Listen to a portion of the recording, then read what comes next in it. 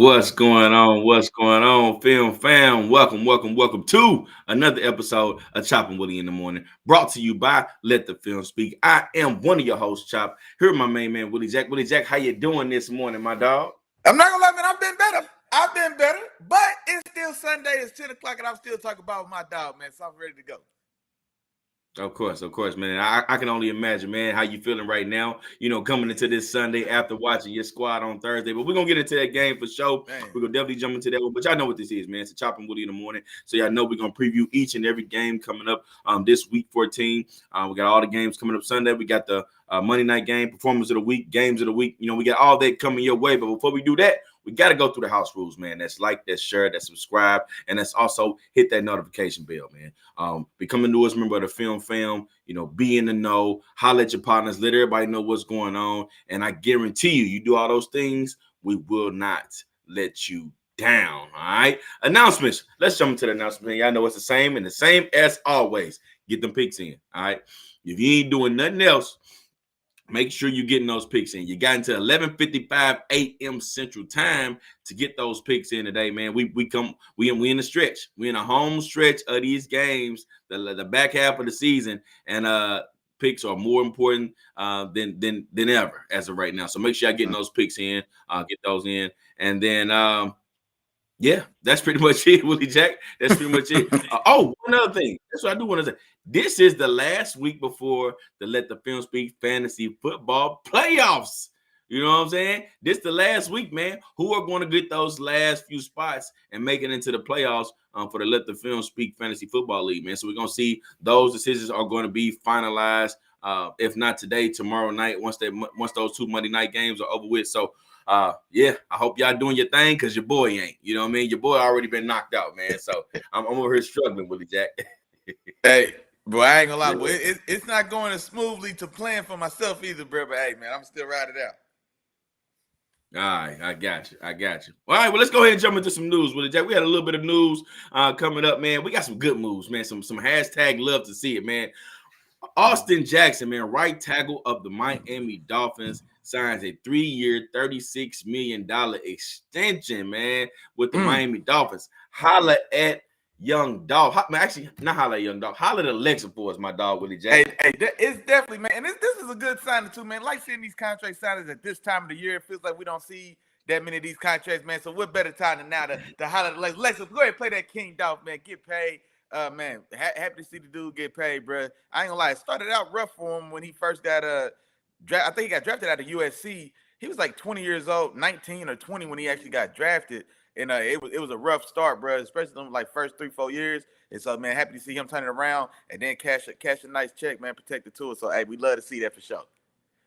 Absolutely, and it was a good signing too, man. You got all these things in place for what looks to be like a team on a continuing to be on the rise. They show some great explosiveness, and in order to keep that combination you got going with Tua to Hill and Tua to Waddle and all those different things, and that explosive run game, you got to keep that offensive line intact, man. So good signing here. I think it's good timing. Go ahead and get it out the way, knock that signing out, because of course there are going to be more guys that's going to need to be paid. That's going to need to be paid here in the next couple years or so. So, hey, go ahead and knock these extensions out, man, and get these guys locked in for the squad. So, I'm with you there, Willie Jack. Especially right, and honestly, bro, at considering the market for tackles, a pretty affordable deal. What's that, $12 million a year? You know what I'm saying? And so, and if they happy with, obviously they're happy with what he's doing here lately. So, $12 million a year for a starting. He's at right tackle now. They got Teron Armstead, but yeah, so it's still pretty reasonable. It still leaves a lot of money, like I said, for a lot of these other sides that need to come up as well. So yeah, I like the deal for both of them. Okay, gotcha. All right, Willie Jack. Well, that's all the news we got today, man. And I guess from there we might. Well, before we rip the Band-Aid off, man, do we got anybody in the building, man? Has anybody stopped in the chat and hollered at us, Willie Jack? Do we need to do a Film Fab check-in, or do we need to keep rolling until some more people go ahead and check in and let us know they in the building? Yeah, no, man, we got. I see a couple of y'all in the view queue, but hasn't been enough of y'all holler at me in the chat, man. Mom Duke's in the building right now for sure, as always. We appreciate you, lady. She said, "Wish us to have a blessed show as always." But yeah, y'all waking up, you getting that sleep out your eyes. Go ahead, holler at your dogs in the chat. Hold on, we got one more sis in the building for sure. Wife to the show, Mrs. Boy. She said, "What's going on? All the football filmmakers in the building." Absolutely, absolutely. We rolling, we rolling. All right. Well, I mean, let's go ahead and rip this band-aid off, Willie Jack. You know what I'm saying? I'm gonna let you rip it off. Rip it off how you want. If you want to just go ahead and snatch it off, if you want to slowly peel it off, man, however you want to do it, man. I'm gonna leave it up to you, man. Let's go ahead and talk about the Patriots going to the Pittsburgh to take on the Steelers in the Steelers home stadium. They come away with a road victory, man. They win this one 21-18. Talk to me, Willie Jack. What's going on here? Man, quite simply, man, Mr. Trubisky just showed me, bro. I don't know if Mr. Trubisky's gonna be on another professional football team after this year. I'm talking about some of the absolute worst quarterback play we've probably seen this year, and this is in a year in which we've watched Zach Wilson. This has been a year in which we've watched Tim Boyle. This has been a year in which we've watched, man, you name it. There's no excuse for how poorly Mr. Trubisky played. Specifically in the first half, but the second half of that game wasn't much better. Even though we found a way to finally put up some points, it was just completely inept football play, man. And this is the thing as well. He got severely outplayed by Bailey Zappi, who we can't forget was cut at the beginning of this year before the Patriots re-signed him, and then he's been splitting time back and forth with Mac Jones. Him and Mac Jones going back and forth, exchanging different shades of terrible. And Bradley Zappi comes out there, gets this start. And has a great opening and has a great first half, honestly, and just completely outplays Mr. Trubisky. The whole point of us bringing over Mr. Trubisky is that, for one, he was a high pedigree guy. Now, I wasn't a Trubisky guy coming in, but this is a guy that got drafted over Deshaun Watson and drafted over Patrick Mahomes. That's how he was thought of in some circles at that time. He's a 6-7 year veteran and just looked completely inept, bruh. Like I said a lot of stuff to say, and I know we can't put it all on him. Patriots did come out and make a couple plays, but nah, man, can't take it away from the Patriots. And it's as crazy as this is going to be to sound. I can't help but kind of feel happy for Bill, man. Bill's been getting killed out here for about 7 weeks. They calling for his job. Man, what, 10 points or less in the last month of the season. They hadn't got a victory, and then now they find a way to lit up 18 points and still find a way to win and score some points. Man, who knows what the hell's going on? But kudos to Bill and those Patriots. They went out there, they earned it, they deserved it. And for my Steelers, man, we had 2 weeks in which these games realistically counted as W's. Bro, we could be in position to challenge for the number 1 seed in the AFC right now after these two wins that these 2 games that likely should have been wins, and now we'd probably fell out the damn playoffs, bro. Because if what we got is Mr. Trubisky and what we seen going forth from Thursday, man, it might be time to cancel Christmas. It's terrible. It's that bad, but nah, man, we'll see what Mike and the staff do, man, and see what we can do to try to salvage the rest of this year. But it's not looking good for your boy at all, man. Hey, man, don't hold on. See, I had to do this once before with Willie Jack, man, and the Steelers community, and it's starting to feel like I need to do this again because this is not. You sound a little down this morning, Willie Jack, and I'm not gonna let that happen, dog. I'm not gonna let my dog sit up here on this show, you know what I'm saying, and give me that little sad tune like he don't know who Mike Tomlin is, like y'all forgot who Mike Tomlin was. Let's get this out the way, okay? Because I've been hearing a little chatter of people questioning. Speaking of questioning jobs, starting to question Mike Tomlin and the job that he's been doing. You know what I mean? Let's kill that right now, okay? First and foremost, you playing with a backup quarterback, and don't get me wrong, Kenny Pickett has been playing, but Kenny Pickett is proving that he's not the guy that you guys want to move forward with, okay? You guys don't. You guys have some solid talent at receiver, but you guys actually don't have a true number 1 wide receiver. In terms of your running backs, you got some guys that hey, cool, but you don't have one of those guys that can really change a game at running back. Your offensive line, you working with what you got in terms of all the different changes that you've made. The solid part of this team is their defense, and it's really just the front 7 because the secondary hasn't been as good either. So you got all these things in place, and you're talking about a team that's 7-6 right now. You know what I mean? A team still, if the season ended today, they still in the playoffs as of right now. Hey man, I need everybody out there. I know this wasn't you, Willie Jack, but I need everybody out there that's starting to question Mike Tomlin. I need y'all to calm it down a little bit. Let's pipe down a little bit because we seen much worse with much better situations, you know, with certain teams. You know what I mean? We sit here and watch the Jets and what everything that they put together and just the holistic talent they have. We sit here and watch a few other teams and all the different things they have in place as well. So I feel like people need to go on, calm down a little bit when they're talking about Mike Tomlin and his job, man. This guy's a tremendous coach, one of the best in the business. So I understand you get your frustrations. I understand you're going against a terrible Patriots team, and that was a terrible loss coming off this past Thursday. But I think you guys need to calm down with all the Mike Tomlin, you know, what we should do with him and all those different things, because this guy is still a great coach. All you guys need to do is continue to fight, continue to put things together, and continue to try to bring more talent in their organization, and you guys are going to be just fine. You know what I'm saying? So that's one aspect that I think, yeah, we need to calm down on that aspect. You know what I'm saying? In terms of what I'm hearing from the Steelers community. Okay, now, do you got something, Willie Jack? Go ahead if you got something. Come on with it. No, and I was gonna say honestly, man, because there's always, and this was crazy. There's always been a contingent of fire Tomlin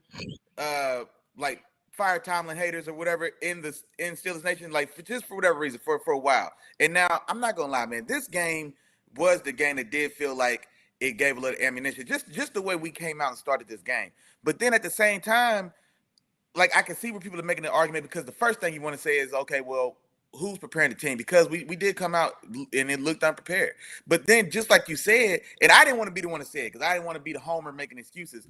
But honestly, bro, just like you said, we're playing well above the level of the team, because there's a couple big name guys and then there's holes everywhere around this team, especially offensively. There's no leadership on offense. There's no galvanizing force. The established kind of head vet on offense, so to say, like the veteran who's a guy who's been around in this league, a guy that's got paid. That guy on our team is Deontay Johnson, who cried and pouted on national TV, and then he had his snaps cut in half in this week. So there's just no leadership there. We got George Pickens jogging off the line on run play. There's just no leadership. There's no veteran presence on that offense to really kind of get it going. There's no faith in either of those quarterbacks. It's just terrible there. And then honestly, like you said, on the defensive side, and you gave us credit for the front seven. It's not even, it's the front four, because the linebacker core, we pulled Blake Martinez out of retirement, and he played half the snaps.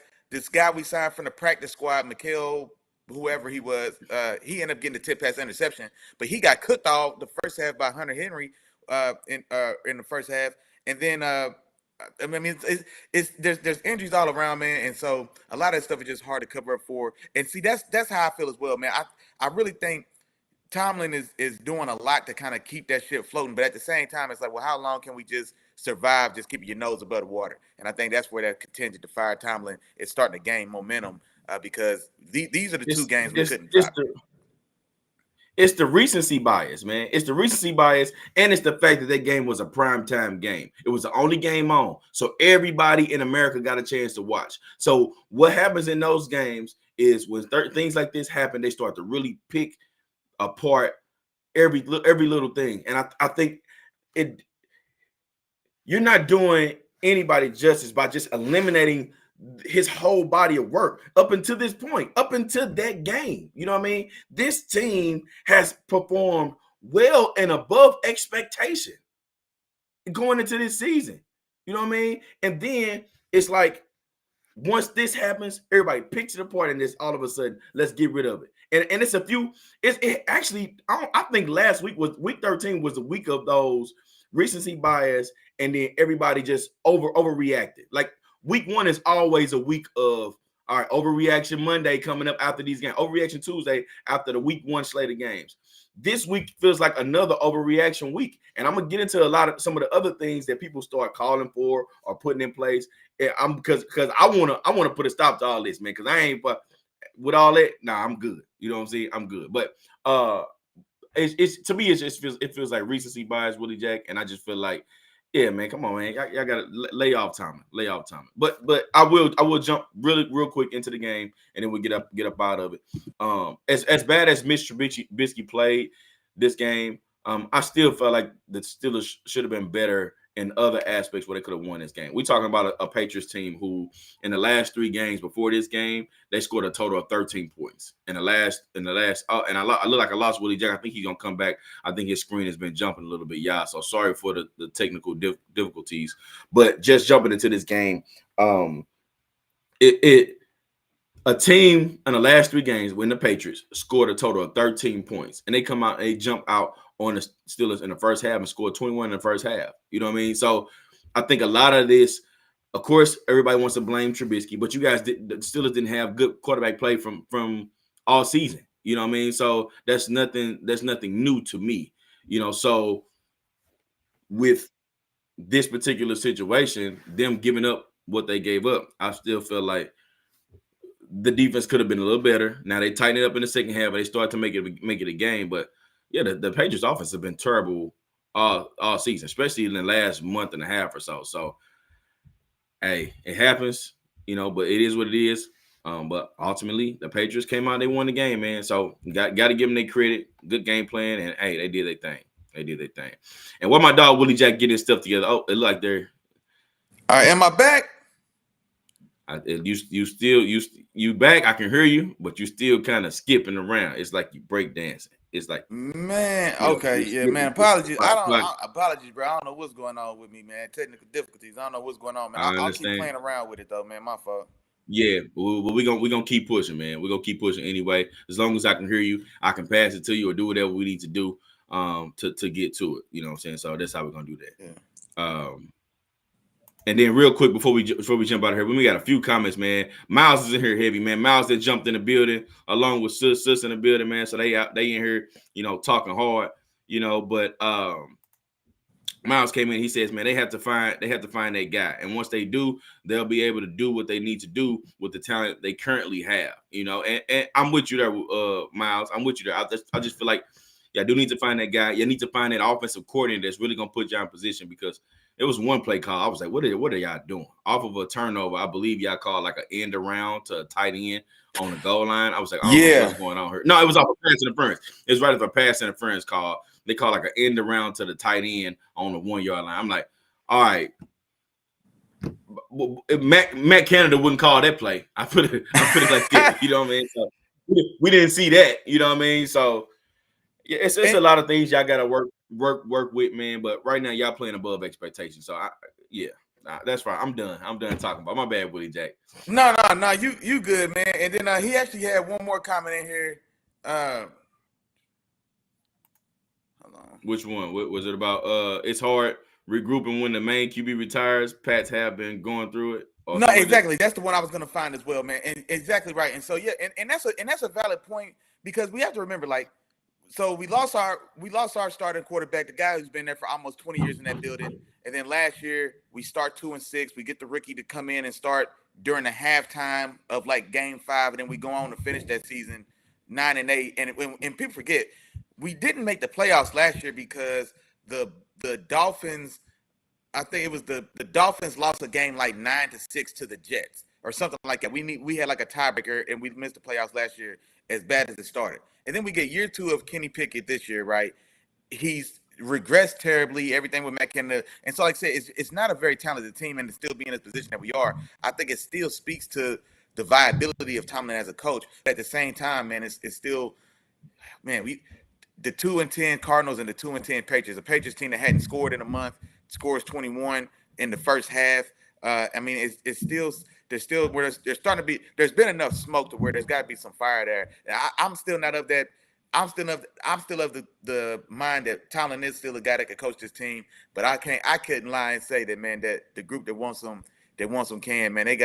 We giving them ammunition. But I do think that Miles is hitting it, man. There's not enough credit given to kind of what it is that the team is going through right now at this time of transition, and still be competitive or chase out and be in range of these playoffs still does speak to the job that he's doing.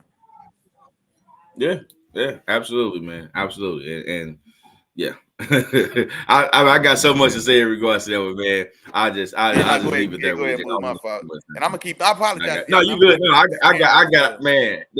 This stuff be getting me hot, man. It be getting me hot, man. When people they see it and they just automatically change, man. It's like bipolar fandom. You know what I mean? So I don't know, man. Let's keep on pushing, Willie Jack. Let's get into the first game coming up on these Sunday slated games, man. Let's talk about Tampa Bay going to Atlanta to take on the Falcons. Willie Jack, who you got, brother?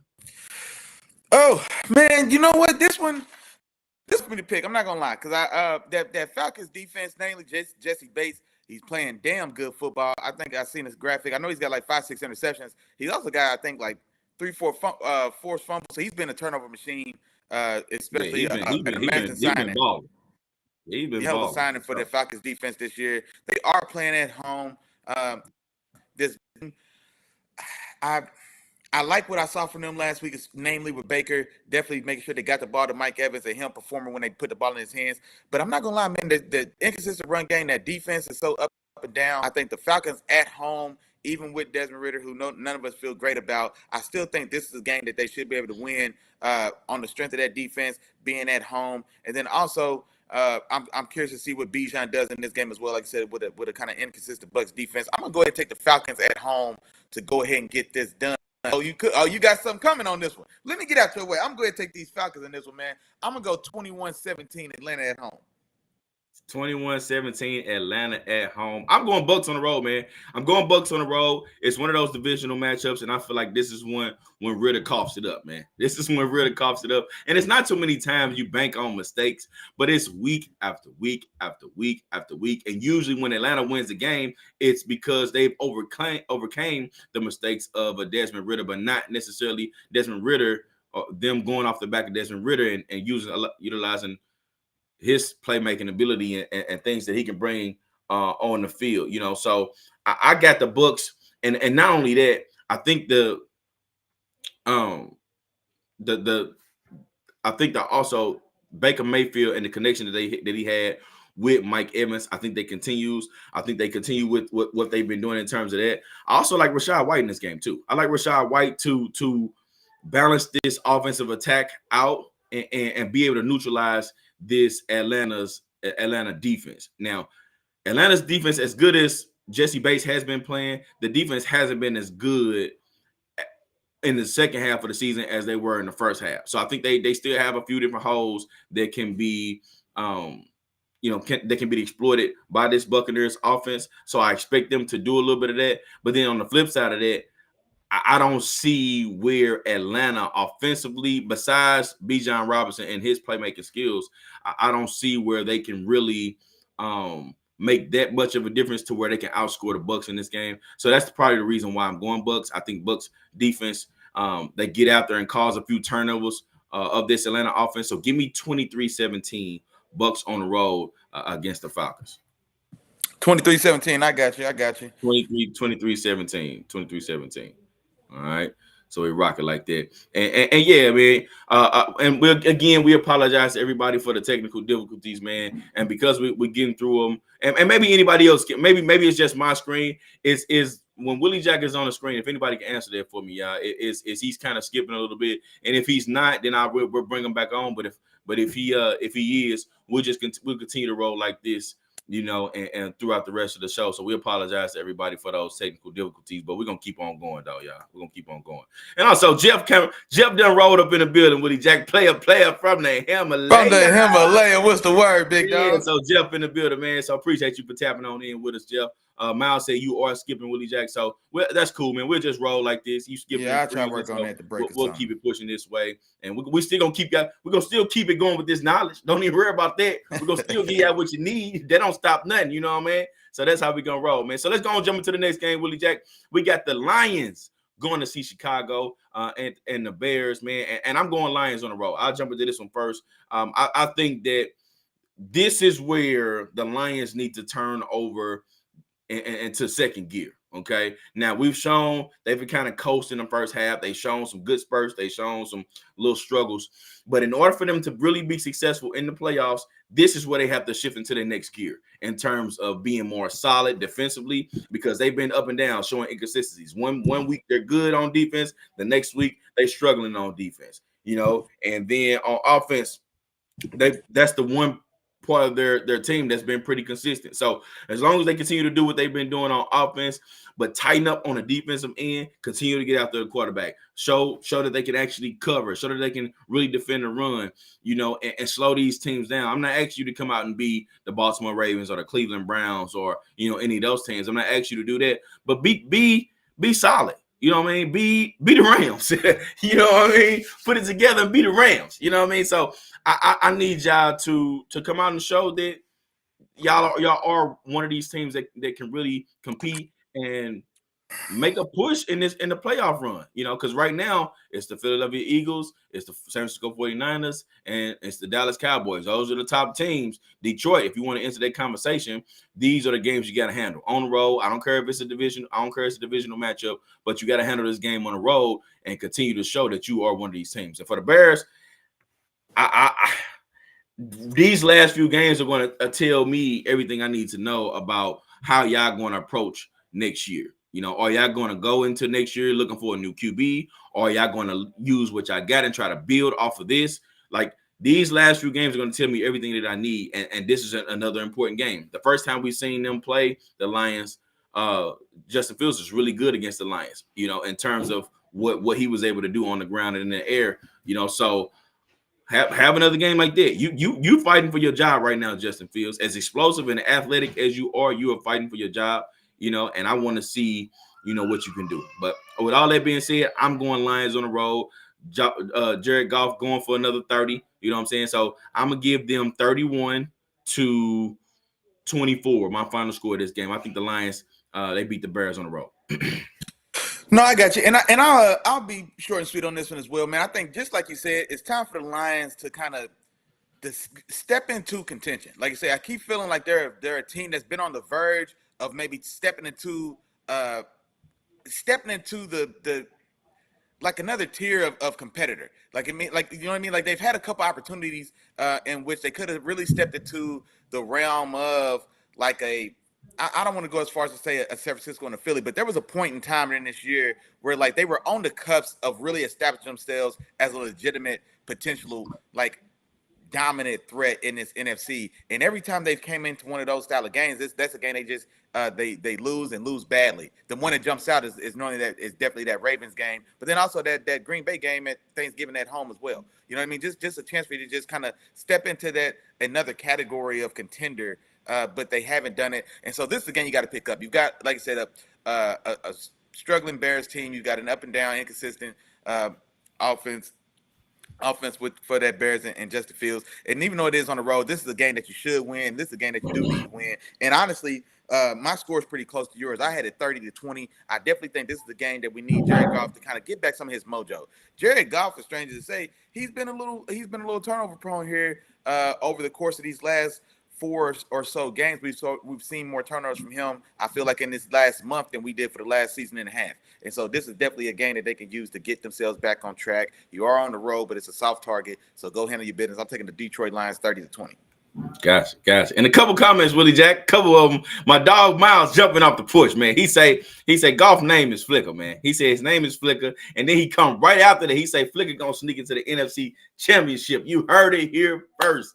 My dog Miles got the Lions going to the NFC Championship, man. Hey, I ain't mad at it, man. When it comes to the bowl stuff, I'm with all the bowl stuff. You know what I'm saying? So come on with it. It may for some people it may not even be considered bowl, but I'm with all the bowl stuff, Willie Jack.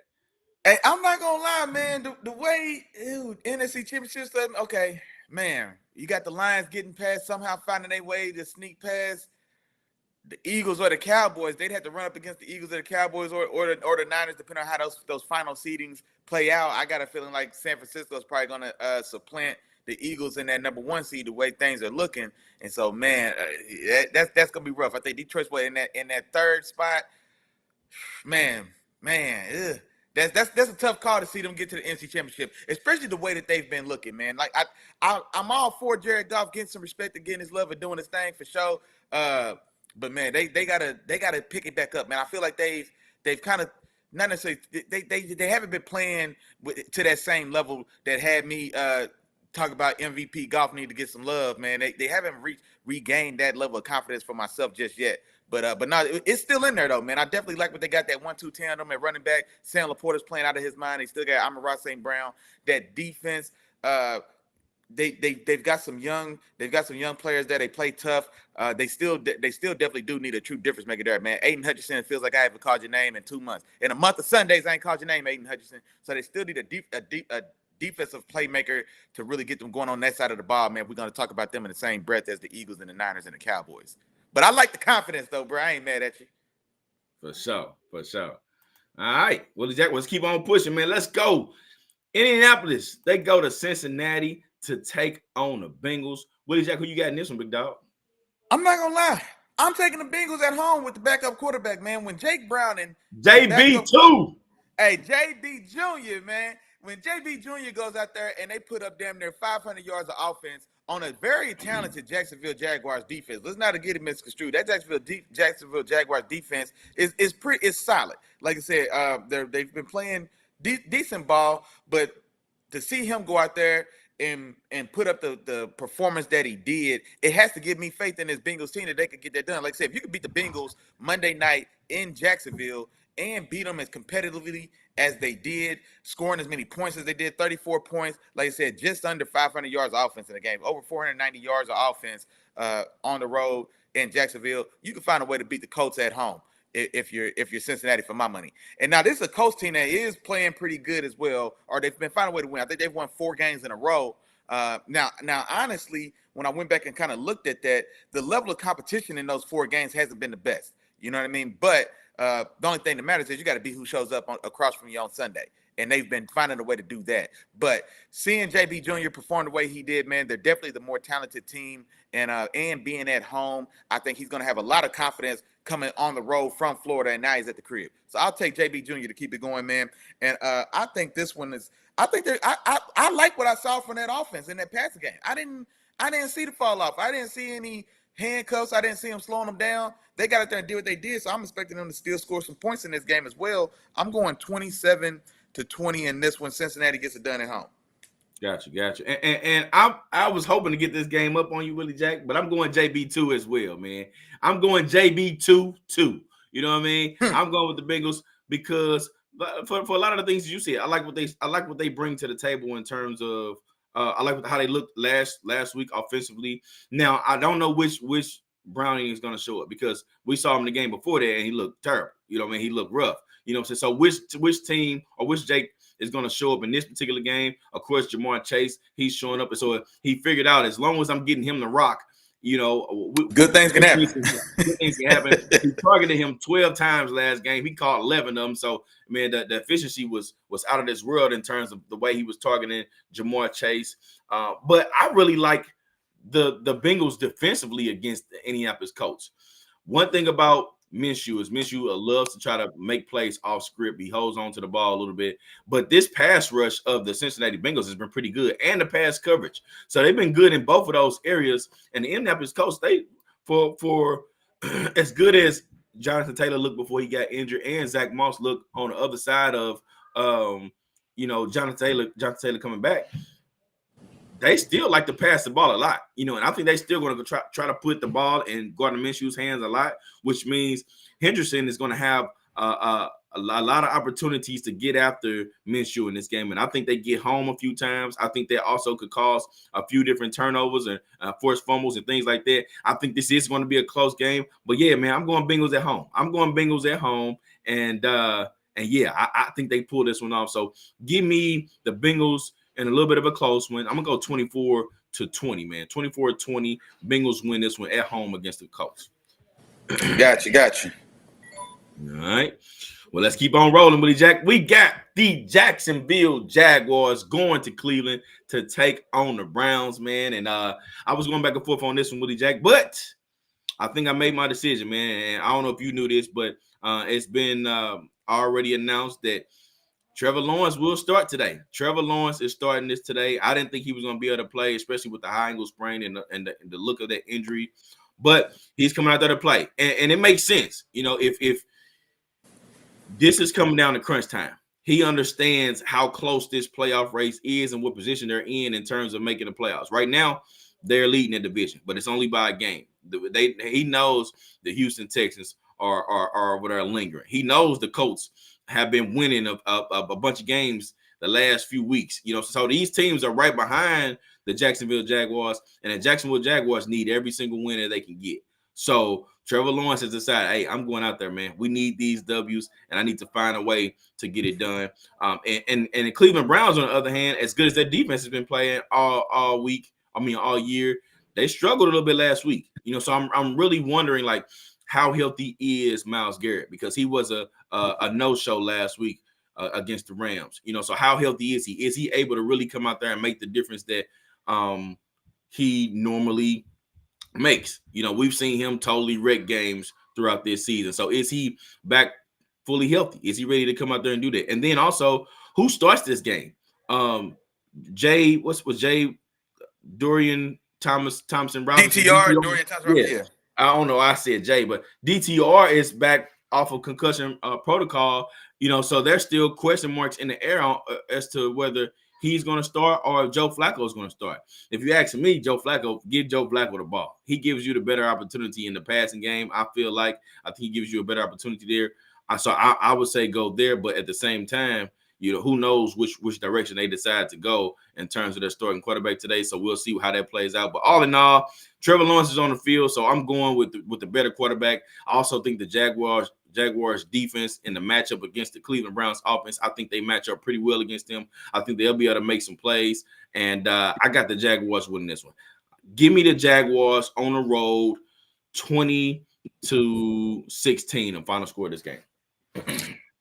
Oh, 2016 Jacksonville. Okay, good. Because I'm taking Cleveland at home on this one, man. The thing about this game is Trevor Lawrence is going to be playing, but I don't know what the quality of that play is going to look like.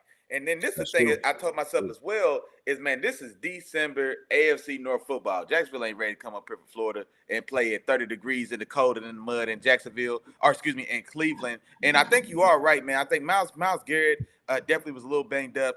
Didn't make the impact that I thought he could make in last week's game against your Rams for sure. But now he's back home. And I didn't see him on the injury report in any way as well. So I'm hoping that it was a rough week last week, and now maybe they got him back at home, back in his element. And then especially with a banged up Trevor Lawrence in this game with the high ankle sprain, the way the boy went down, you'd have thought his ankle broke, snapped in half on the field. You know what I'm saying? And so he may start this game. I don't know if he finishes this game. You know what I'm saying? And so that's what worries me here. This is still a very stingy Cleveland Browns defense. And I agree with you as well. I was very impressed with what we saw for Flacco coming off his couch last week and going on the road in L.A. And that's a 4-point game until it was 2 fourth-quarter touchdowns by the Rams to spread that ball game out. No, it was a 1-point game. It was 20-19 because of a missed extra point for the good bulk of that game, 3/4 of that game. And then you guys spread it out at the end of the game. And so I was very impressed with seeing Flacco. If I got to put my money on one of them, I would let the hot hand roll. Hot, relatively speaking. You know what I'm saying? The competition. And also they lost Amari Cooper last game too. And Joe Flacco started to get it going with Amari Cooper before he went out last game. Amari Cooper is healthy. He's active. So I expect it to be more than just Elijah Moore this game. Amari Cooper and Elijah Moore are expected to play. So I think that's why I would go Joe Flacco. I think Joe Flacco could develop a better relationship with that too. Just more to your point, Willie Jack. No, and that's an excellent point to make. And then also we already know Jacksonville's secondary has been beat up this year. Tyson Campbell, their top cornerback for this team. I think he's been out of the lineup more than he's been in, especially like over these last month and a half or so, and he's out again in this game, if memory serves. And so if you got a healthy Amari Cooper coming back, I would think that Joe Flacco gets the nod based on what we saw this last week. And then, like I said, Myles Garrett, he was a little banged up last week. I'm hoping and assuming that he's going to be a little healthier this time around. Like I said, I didn't see him listed on the injury report unless I'm inaccurate. I didn't see him listed in any way on the injury report. And they're at home, cold, muddy, stiff football. Like I said, football is a different sport when the weather drops below a certain temperature, if y'all didn't know. You know what I'm saying? The ball gets a little hard, them pads hurt a little more, like all the contact hurt and stings a little more, and then you got a banged up, beat up, hobbled Trevor Lawrence out there running potentially for his life, man, in a hostile environment. I'm taking the Browns to find a way to get it done. And I think Cleveland gonna slow this Jags team down and pull them in the mud, man, showing some of this AFC North December football. I'm gonna go 19-13. 19-13 Cleveland, namely that defense getting this one done. And then, like I said, man, I'm not sure if Trevor Lawrence finishes this game, despite if he may find a way to start. Gotcha. And one more nugget before we get out of this one, Willie J. This is also an opportunity. I want to see Doug Peterson. Doug Peterson, what you got, bro? What can you cook up to make sure Trevor Lawrence stays within his element, stays within what he has, what he's able to do, and how can y'all put up points with him in this injury? So that's another thing I'm gonna be paying attention to in this game too. Doug Peterson, what you got, dog? What you got? You know, we'll see it. We need to see it today. Absolutely. On to the next game, Willie Jack. We got the Carolina Panthers going to New Orleans to take on the Saints. Willie Jack, who you got in this one? Man, begrudgingly I'm taking the Saints. But I just and this is just where my lack of faith is in Derek Carr in this offense, because by all reports I know he's had three or four injury designations, but as far as I saw, he is still expected to start in this game. He's expected to start this game. Exactly, yeah. So he's still expected to start in this game, and that alone almost made me want to go with Carolina on the road. I think the football guys are trying to show the city of New Orleans, look, man, it's time, man. Free Francis James, let me get something going, man. But I still can't take it, man. Not just as poorly as that Carolina offense is specifically. Yeah, so I'll take the Saints. This damn near feels like a toilet bowl for your boy. Like I said, I don't have much confidence in either of these teams. I don't have much confidence in Derek Carr's offense or on that Saints team. The Saints defense should look better against a struggling Carolina offense. So this maybe is a week that they can get some more confidence back defensively. To Carolina's credit, that defense, man, they found a way to show up, man. They played well. We talked about the guys that came back, and they played pretty competitively last week in a loss against Tampa Bay. But still, I'll take New Orleans at home, and I'll go 20-10. New Orleans getting it done. Gotcha. And I'm going Saints as well, Willie Jack. And I think you hit it right on the nose in terms of, we don't feel confident in the Saints, but as bad as the Carolina Panthers team has been, it's just you just can't go that route. And I wouldn't feel comfortable going that route in this particular game. It's just like you got to go with the Saints. Now, their boy Taysom Hill is out this game, so I really want to see what this offense is going to look like. Without their flexibility, without the ability to utilize Taysom Hill as that weapon X, come in, get a couple quarterback runs, to throw a little bit of wrinkle in this offense. What does this offense look like when they just have to roll the exact same way each and every play and just, run the offense like that? Now, it's not like they use Taysom Hill a ton, but it's still a difference not having your guy, to be able to throw a little bit of a wrinkle in this what this offense is. What you say? Would you be hold on, don't undersell it. Taysom Hill's been the best player on this offense. Taysom Hill's been the most important player to this offense for sure. You telling me Derek Carr starting and we don't have Taysom Hill to cover for him? If it was anybody but the Panthers, bro, I'd probably take the other team. I got to have Derek Carr play, and I don't have Taysom Hill to give me the splash plays to balance out the mediocrity or just poor play of Derek Carr. I think that's a bigger loss than maybe you give him the credit for, partner. I think it is, man. I don't know about that, Willie Jack. I don't know. The way this face off is, look, if Taysom Hill don't find a way to get us contribution in all three phases and maybe sneak a touchdown or two, boy, it's been ugly going for the bulk of that. But yeah. Hey, I hear you, but I'm going Saints, man. I'm going Saints. I think this is a game that Kamara and Olave, those guys can carry. I think they'll be just fine. They'll make enough plays to score. Now, this Panthers defense, with a lot of their guys back last week, how they looked last week, they're a little bit more stingy now. They're a little bit more stingy. So this game could be closer than a lot of people think, which means it's gonna be very interesting. This game could be very interesting coming down to the end. And also, this is a divisional matchup, Willie Jack. You know what I'm saying? So as bad as the Panthers are, we know how tricky these divisional matchups can be. When teams are able to pull out wins, in all different types of ways. So I want to see how this game plays out. I think this game could be closer than what we really expect. I'm still going Saints, but it's gonna be a close one, man. Give me the Saints in this one, 24-23. Actually, I got a 1-point game here. 1-point game. Saints end up pulling out at home. being just a better team. But it's going to be a close one, man. I think this Panthers defense is going to show up and make things a little bit tougher on the Saints. You know, and they're going to keep this game closer.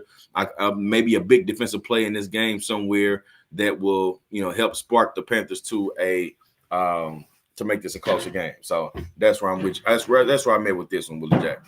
No, I got you, man. Then our dog Miles in the comments, man. He got a big prediction for the day, man. He said Kamara's gonna have a day, man. 200 yards on 35 carries is what he's looking for Kamara to get get the job done and kind of lead the way for the Saints.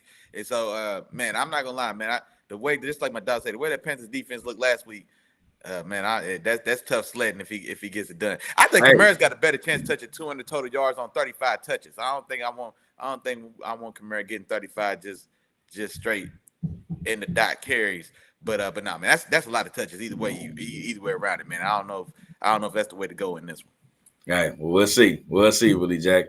On to the next one, man. We got, where's my dog Terrible Time, man? Where is he at, man? He's supposed to be in the building right now. We got the Houston Texans going to New York to take on the Jets in this one, man. And this is a big week for the Texans, man. I'm going Texans in this one. I'm going Texans. I think this is going to be a game that they need, just off the simple fact that we see the Jaguar situation. And I know you got the Browns at home with the Jags. So if the Browns do end up losing this game, the Texans are sitting there right there waiting to step into that spot, And you know what? Nah, take all that back. Scratch everything I just said. If we were able to edit this, the Jets win this game at home, man. Oh! Well, what's in that cup? Put it down. It's just water. It's just water. and it's that New York water. I'm drinking some New York water, man. Give me the Jets at home, man. It's been too much talk about the quarterback play. Do Zach Wilson want to play? Do he not want to play? And I think they had to try something different because of the trajectory of this team. But I think we really got a chance to see how much of a drop-off it was from Zach Wilson and Boyle. That was crazy. When we saw the poor QB play of Zach Wilson, and then it was like, okay, it can't be much worse than this. And then we see him get on the field with Boyle, and it is that much worse. Yeah. I think Zach Wilson coming back, I think he's going to have a certain fire lit under him, and I think they're going to be able to make some moves in this game. The Texans, on the other hand, they're without their second best weapon, and the rookie, what is his name? Tank Dell. They're without Tank Dell. They're relying on Nico Collins. Nico Collins, you're gonna have to see a lot of sauce, man. You're gonna have to see a lot of sauce. You're the only in the passing game, you are the main offensive weapon. So that means if you're not showing up, that means Noah Brown has to show up. And Noah Brown against Reed and those other defensive backs, I don't necessarily see that happening. CJ Stroud, as good as you've been all year long, this is going to be a tough one for you, man. This is going to be tough. You don't have all your guys. If you do step up and come win this game, man, this is a big win for you. Kudos to you. You know what I'm saying? And I'm not saying that you can't do it, but hey, man, I need to make up some ground. So give me the Jets in this game. I think Zach Wilson will be able to do enough. I see a little bit of Breece Hall in this game. I see the connection with Zach Wilson and Garrett Wilson making a little noise today. So, yeah, give me the Jets at home, man. That defense is going to make this a close game, and I think the Jets pull this one off, man. Give me the Jets at home, 20-17, man. Final score of this game. Man, there's bold and then there's that shit crazy, man. And I think you might have stepped over that line, my boy. Because man, this one I didn't see this one being the way you went, man. You about to make me go a step further. That's what you about to do. No, don't do no play of the week in this game. Please don't. You about to. I don't want to see you go out like that, my dog. I tell you what, I'm gonna take terrible times, Houston, Texas on the road in this one, man. Definitely still hate to see rookie, like I said, man, the rookie stand out. Tank Dell go out, broken fibula, I think is what the injury was, man. So ends his season. He's the second highest receiving yards total for a rookie. I said that terribly wrong, but he's a. It's all right, Willie Jack. Just rock with it, dog. Just rock with it. He's the second leading receiver in the rookie class, only behind, of course, your boy Pikachu, behind Puka. There we go. Yeah, so he's the second leading receiver as a rookie behind Puka. But still, man, standout rookie, so his season's over. But they've shown me, man, CJ Stroud, this young scrappy Texas team, they've shown me, man, they can get it done, man. Nico Collins, Noah Brown, man, Devin Singletary has been a godsend in this offense as well, and they can find a way to play ball. And then also, man, here's the thing as well.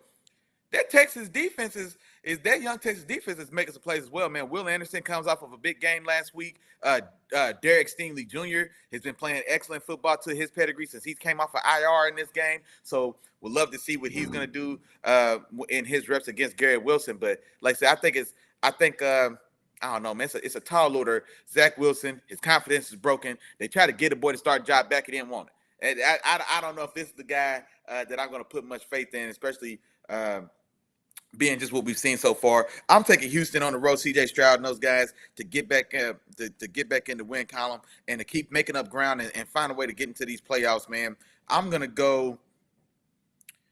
I do think it's going to be a little lower scoring because that Jets defense is still going to be stingy, but I don't know necessarily have much faith in the Jets scoring offense, though. So I'll go 23-13 Houston on the road. All right. Well, that's another game your boy finna get up, man. But, hey, man, we're about halfway through the show. We still got a few more games. We got the performance of the week. We got the games of the week coming up, man. So y'all stay in those seats. We'll be right back, man. Here's a little word from the sponsor. Yes, sir. Today's episode of Let the Film Speak, hosted by the wonderfully handsome and intelligent brothers of Let the Film Speak. That's Chop and your main man, Willie Jack. You feel me? Also brought to you by the Three Amigos. Y'all know them and you love them, man. That's the Three Amigos. That's like, that's share, that's subscribe, that's three the hard way, that's the 3-piece spicy. You cannot go wrong. Now, I say the same thing every week, so y'all can say that at home with me. I know y'all ready for it. Here we go. It's Three Amigos, but it's 4 parts to this process, big dog. First, you just got to tap in. Like my dog said, man, come in, tap in. Just say what's up, man. Just holler. Hey, what's up, Three Amigos, man? Like, share, subscribe. Hey, Chop, man. Willie, man, what's going on, man? It's cool I sit on the couch? For sure. Y'all got something cold to drink? Oh, man, my man. Yeah. Oh, yeah. By the way, man, I'm a Broncos fan. That's all you got to do. That's it. That's easy. And Chop, come in, sit down, get comfortable, get a cool adult beverage, and let us know who you ride with, big dog. Then tell a friend. Like, man, that's a nice feeling here, ain't it? Man, it's cool, man. My homeboy was out. He was down. Man, it's cool. I can tell a friend. Tell a friend, man. And you know what? Even better than that, you can tell your friend to tell a friend. Guess what? There's more.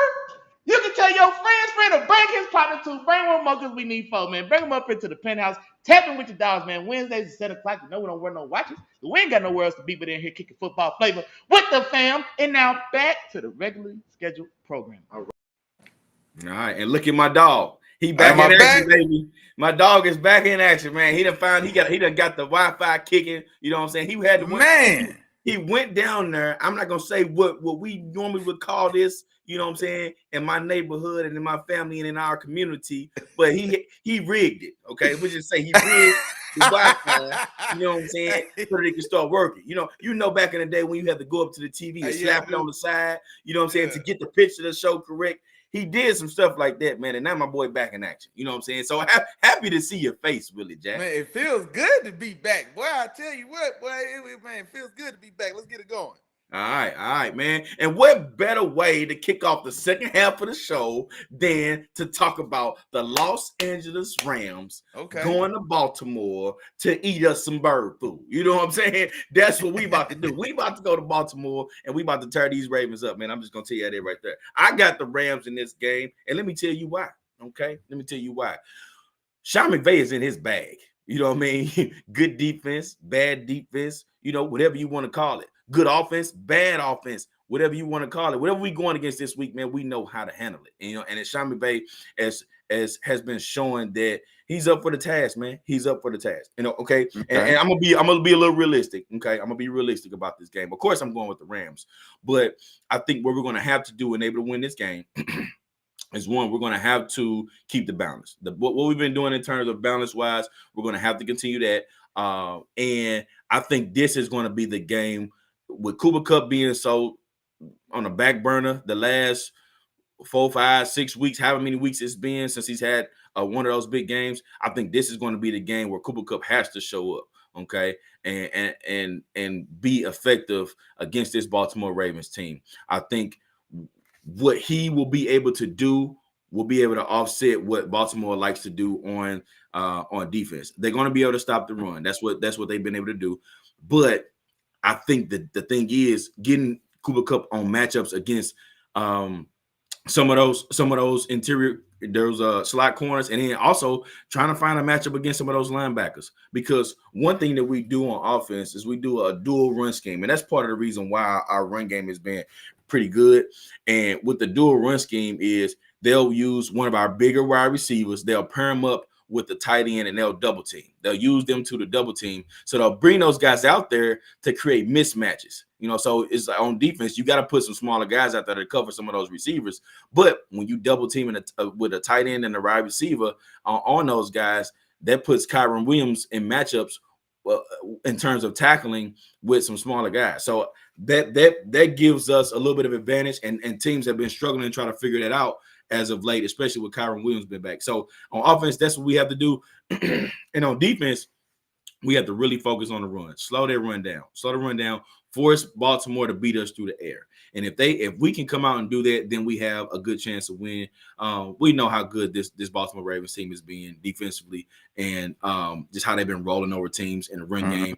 If we can hold up in the run game, I think we have a chance. But also, this could be a game where Baltimore comes out, that they get behind that offensive line and they run that ball consistently. And this game could get ugly. Just being honest about the situation. But I'm rocking with my dogs. I think Sean McVay is on the roll right now. I think he can pull it out. We're gonna make this game interesting. And yeah, man, it's good.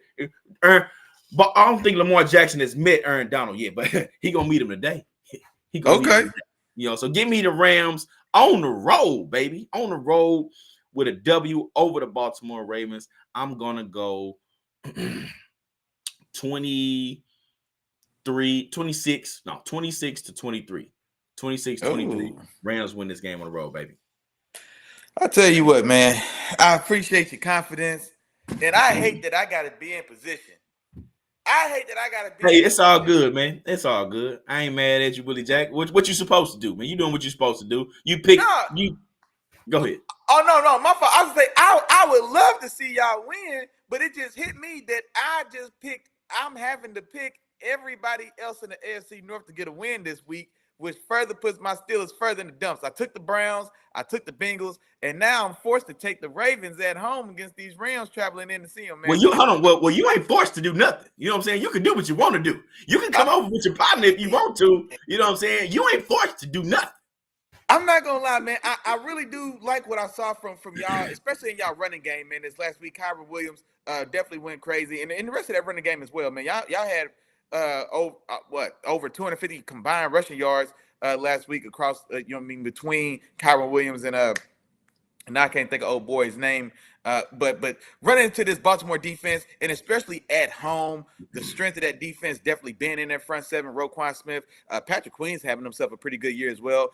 Jadeveon Clowney is having the best year he's had in what feels like a decade. Feels like Jadeveon Clowney hasn't played this well since he was lining up next to J.J. Watt in Houston. Kyle Van Noy is having a resurging year. Justin Matabuke on that defensive line. They've got a lot of guys playing very well in the front seven of that Rams defense. That worries me about Kyron Williams maybe getting going in this game. And then also, man, I'm glad you said it. Where's your boy Cooper Kupp been at? Like I said, because, I know he was injured. He came back and announced himself with authority like, yeah, I'm back. Triple Crown winner. I'm still this guy. And then he fell right back off the map. So I look at him. He looks a little slower. I ain't gonna lie to you, Willie Jack. He looks a step slower, man. So I don't know if he's still hurt. I don't know if it's I don't know what it is. He looks a step slower. He doesn't look like the normal Cooper Kupp that we've seen, the 1,900-yard Cooper Kupp for sure. He doesn't look like that. Yeah, that could be it. Or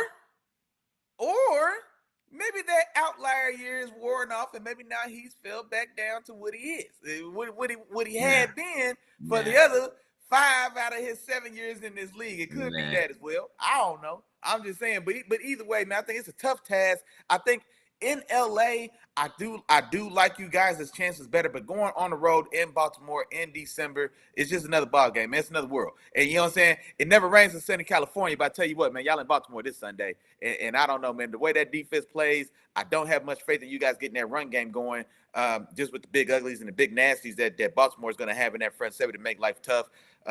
Cooper Kupp not being the threat that he has established himself during these last couple seasons, that doesn't bode well as well. So now you're telling me Baltimore's got to worry about rookie Puka being the guy that's going to carry the torch for this offense in this passing game. I think Baltimore makes it tough on you guys, bro. I ain't gonna lie to you. I think Baltimore makes it tough. I think yards are going to be at a premium. I think y'all gonna struggle to move the ball either way in this game. I'm going Baltimore to get this done. I'm not overly confident necessarily and I don't think Lamar's going to light you guys up by any stretch of the imagination, but I do think that they could be competitive for sure with that defense in that run game, and I think Lamar's going to make the plays he has to make to get it done. I'm going to go 28-13. I'm going 28-13, Baltimore at home. They coming off a bye week as well. They're definitely rested. I think they have a bye week. This bye week is at a great time for them as well because it allows them to kind of reset, to get back, kind of refine kind of their groove offensively and maybe in this passing game and kind of see if they can kind of get something going here coming off this bye week for the last stretch of the season, man, as they try to finish out as the number 1 seed. I'll tell you what, if they passing the ball this game, they in trouble. they better stick to the run. And just in the nick of time, because you're talking a little bit about Cooper Kupp. You know what I'm saying? My DoorDash order just came through. My DoorDash, the chicken nuggets just came through the door with the sweet and sour sauce and the barbecue sauce. My nuggets just came through the door, and I'm about to drop them on you. Cooper Kupp today, just because y'all talking 10 catches, 130 yards, 2 touchdowns, to remind y'all, you know what I'm saying, what it really is. I'm glad I appreciate you. You know what I'm saying? I give you a tip in the app. You know what I'm saying? I got the tip in the app for you. I'm gonna take care of you, my dog, for delivering the nuggets. But the nuggets just came through the door. Cooper Kupp, 10 catches, what I say, 130 and 2 tubs. Mark it down, Willie. Write it down because we're gonna be talking about it on the Wednesday show at 7:00, just in case y'all ain't know. You know what I'm saying? Just remind y'all of what's going on, man. So yeah, I had to drop that nugget, man. It was a little bit too much Cooper Kupp slander going on from my dog herd. Hey, this is the perfect time for him to reintroduce himself. I tell you that. This is the perfect time for him to reintroduce himself. And if y'all gonna get this victory on the road, man, y'all definitely gonna need all 130 and both them touchdowns for sure. Absolutely. On to the next one, Willie Jacket. I'm gonna kick this one off to you because your boy is back, man. Your boy is back. We got the Minnesota Vikings going to Las Vegas to take on the Raiders, man. And your boy Jay Jettas, Justin Jefferson, the third best receiver in the league, is back, baby. Go ahead and talk to us, Willie Jack. Did you say 10 for $150 in his first game back? Is that what you said? That's what I heard. I heard 10 for your order just came through too. I heard 10 for, but man, you hear my bell ring? 10 for $150 in his first game back, man. Jett is back in the building. On the road, we seen Josh Dobbs, man, bigger Josh, threw 4 big ass interceptions last time he was on the field. But don't worry about it, because now the day is saved. You know what I'm saying? We got Justin Jefferson back. He been seeing Tyreek, AJ Brown light it up. He's seen Jamar Chase with the backup get 12 targets and 11 catches and go over 150. He said, yeah, that's cute. But your boy is back. And I think this is a good week for him, man, to get in and get some motion. Now, they are going on the road to Vegas. Shout out to Antonio Pierce, man. I want to sing his praises every chance I get. I want to see him stay on somebody's sideline. I don't know if the Raiders are going to keep him, but I want to see him on somebody's sideline with the head job, man, sooner rather than later. And so I could definitely commend him for the job he's doing. But Jettas is back, man. Jettas is back, and I think this is going to be exactly what the Vikings need to get some of that mojo back. You found a way to kind of get it going after a rough year. Kirk Cousins gets to cooking, and then you lose him. And then you lose Justin Jefferson, and then you lose Kirk Cousins. You bring over Josh Dobbs. You still find a little magic, still find a little way to keep a little motion going. And then we see Josh Dobbs we see Josh Dobbs struggle and have the ugliest game that we've seen for him probably to this point in his career. Four interceptions in a very ugly game. In that very ugly loss. And so now you get Jetters, you get him back, and I think this is a chance for them to kind of get back on that winning wave. I think this is a very winnable game against the Raiders for sure. Now, Max Crosby could make life very difficult for Dobbs if he's able to get out the right the way he does and make it and get him running around and maybe get some mistakes there. But I definitely think, man, I want Jettis to have himself a big day coming back. I think they go on the road and win a tough one. I think this is 21 to. I'm going to go 21-17 Vikings on the road. And, man, I'm looking for Justin Jefferson to come back and announce himself in a big way.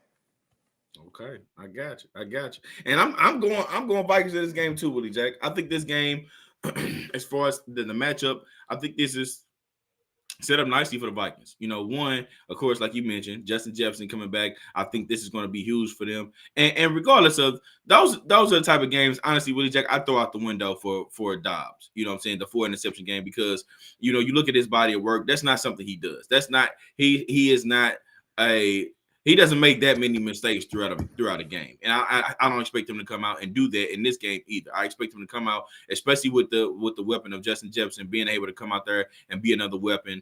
Still having TJ Hockenson, Jordan Addison, all those different guys on the field. I think now the things are going to open up a little bit more for him in this offense. Coming off of a bye week, now he's had some extra time to sit in this playbook to learn a little bit more learn a few more of the nuances and all the specific details of this playbook. I think we're going to see a Vikings team come out pretty hot in this game. I think they're going to come out. They're going to be explosive. They're going to make some big plays early, and you're going to see a much more fluid offense in this particular game. On the other side of the ball, I expect Brian Flores to continue to do what he's done. Make this defense look really good by getting after the quarterback. And you got Aiden O'Connell sitting back there. I think they're going to get after Aiden O'Connell. They're going to be able to, cause put a lot of pressure on them, which is going to be trouble, and it's going to be hard for them to get comfortable enough to really keep pace with what the Minnesota Vikings, what I believe they're going to do in this game. I like Antonio Pierce has really been leaning a lot on Josh Jacobs, and I think that's going to be the key for them in this game. They're going to have to continue to lean on Josh Jacobs in the run game and give him the ball a lot of times in order for them to offset the pressure that Minnesota likes to bring. And if they're able to do that, I think they can stay in this game. But ultimately, I got Minnesota winning this game on the road. I'll get them 31. I'll get them 30, man. Ooh. I give Minnesota 30 in this game on the road against the Raiders. 30-20 is my final score here. 30-20. Gotcha. All right. Gotcha. Moving on, Willie Jack. Let's go to San Francisco, man. The hot San Francisco 49ers team. They are facing off against the divisional opponent, the Seattle Seahawks at home. And let me address something first and foremost, man, because here's why we've been talking about the recency bias thing earlier. We talked about Mike Tomlin, and everybody was going to get on his head. I heard somebody say Brock Purdy for MVP. Okay? They've been talking about it. Stop it. Okay, whoever out there talking about Brock Purdy for MVP, come on, man.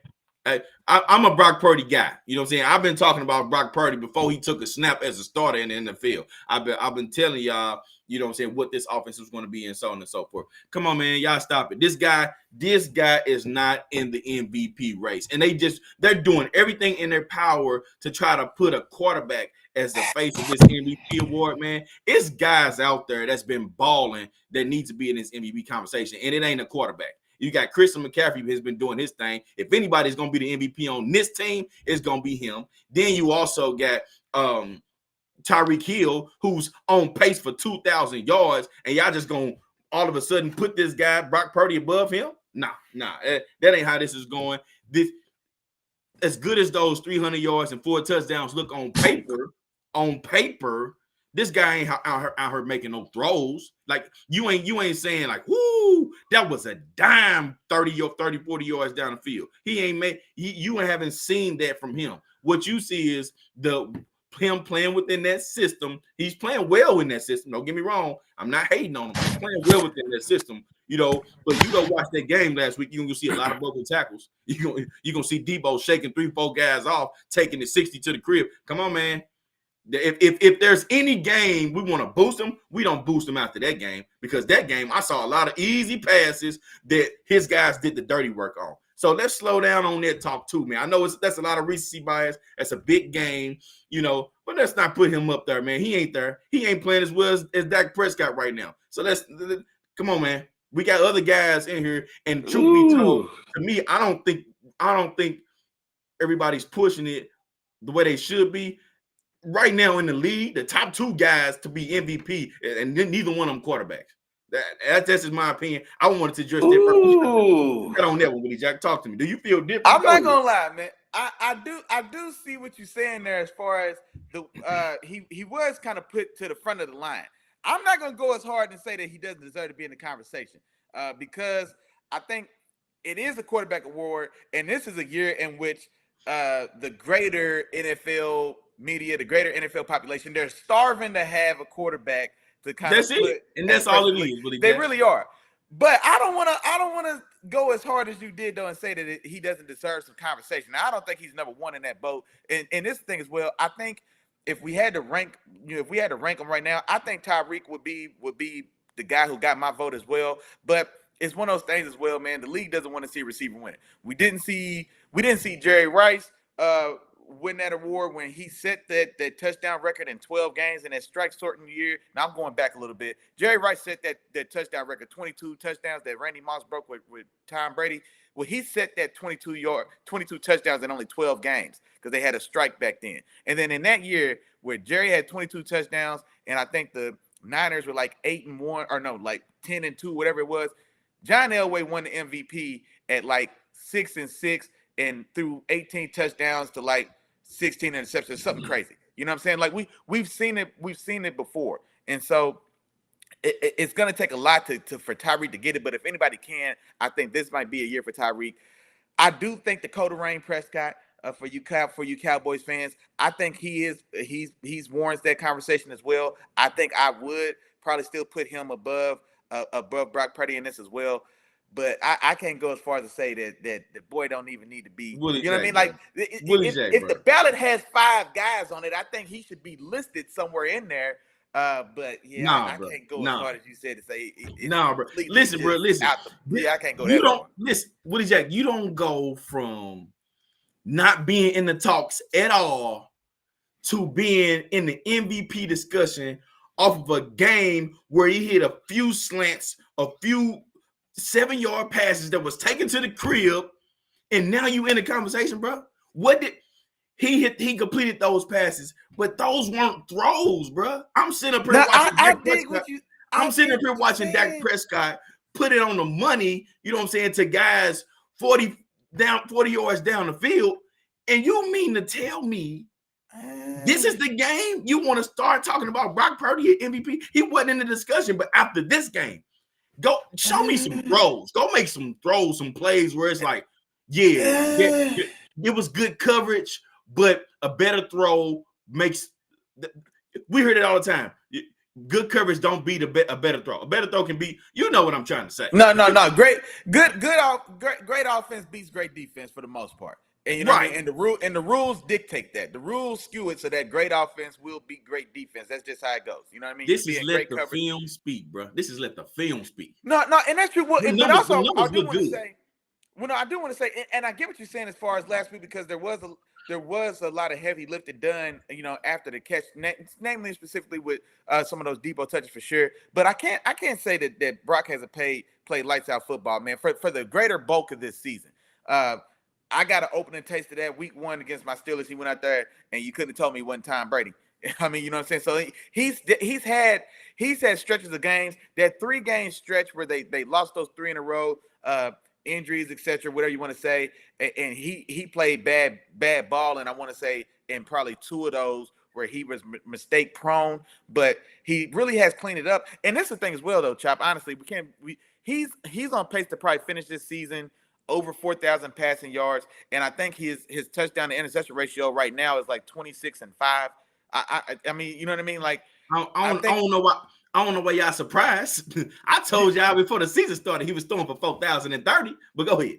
But you know what I'm saying? And so those numbers, man, for a quarterback, and also he's the quarterback of the most dominant team in the league right now. It was a very impressive team win. Like, so I'm not giving him all the credit, but the stat sheet gonna tell us that he threw 4 touchdowns and no interceptions in the game in which they went and blew out the Eagles on the road at home. And the thing about Dak Prescott, who is playing very good ball as well, I still want that, and that's what I've been calling for Dak's MVP candidacy is I need to see that quality win against a veteran against a quality veteran opponent, and I need you to show up and show out in that moment. I want Dak Prescott to have the type of game he had against the Seahawks, do that against the Eagles coming up. You know what I'm saying? Because who had faith in that Seahawks team before that game turned into a fantastic game and a shootout, questionable calls down the line and down the road, and then Seattle just completely just peeing down their leg there to close that game out. But I want to see that type of performance against one of these headlining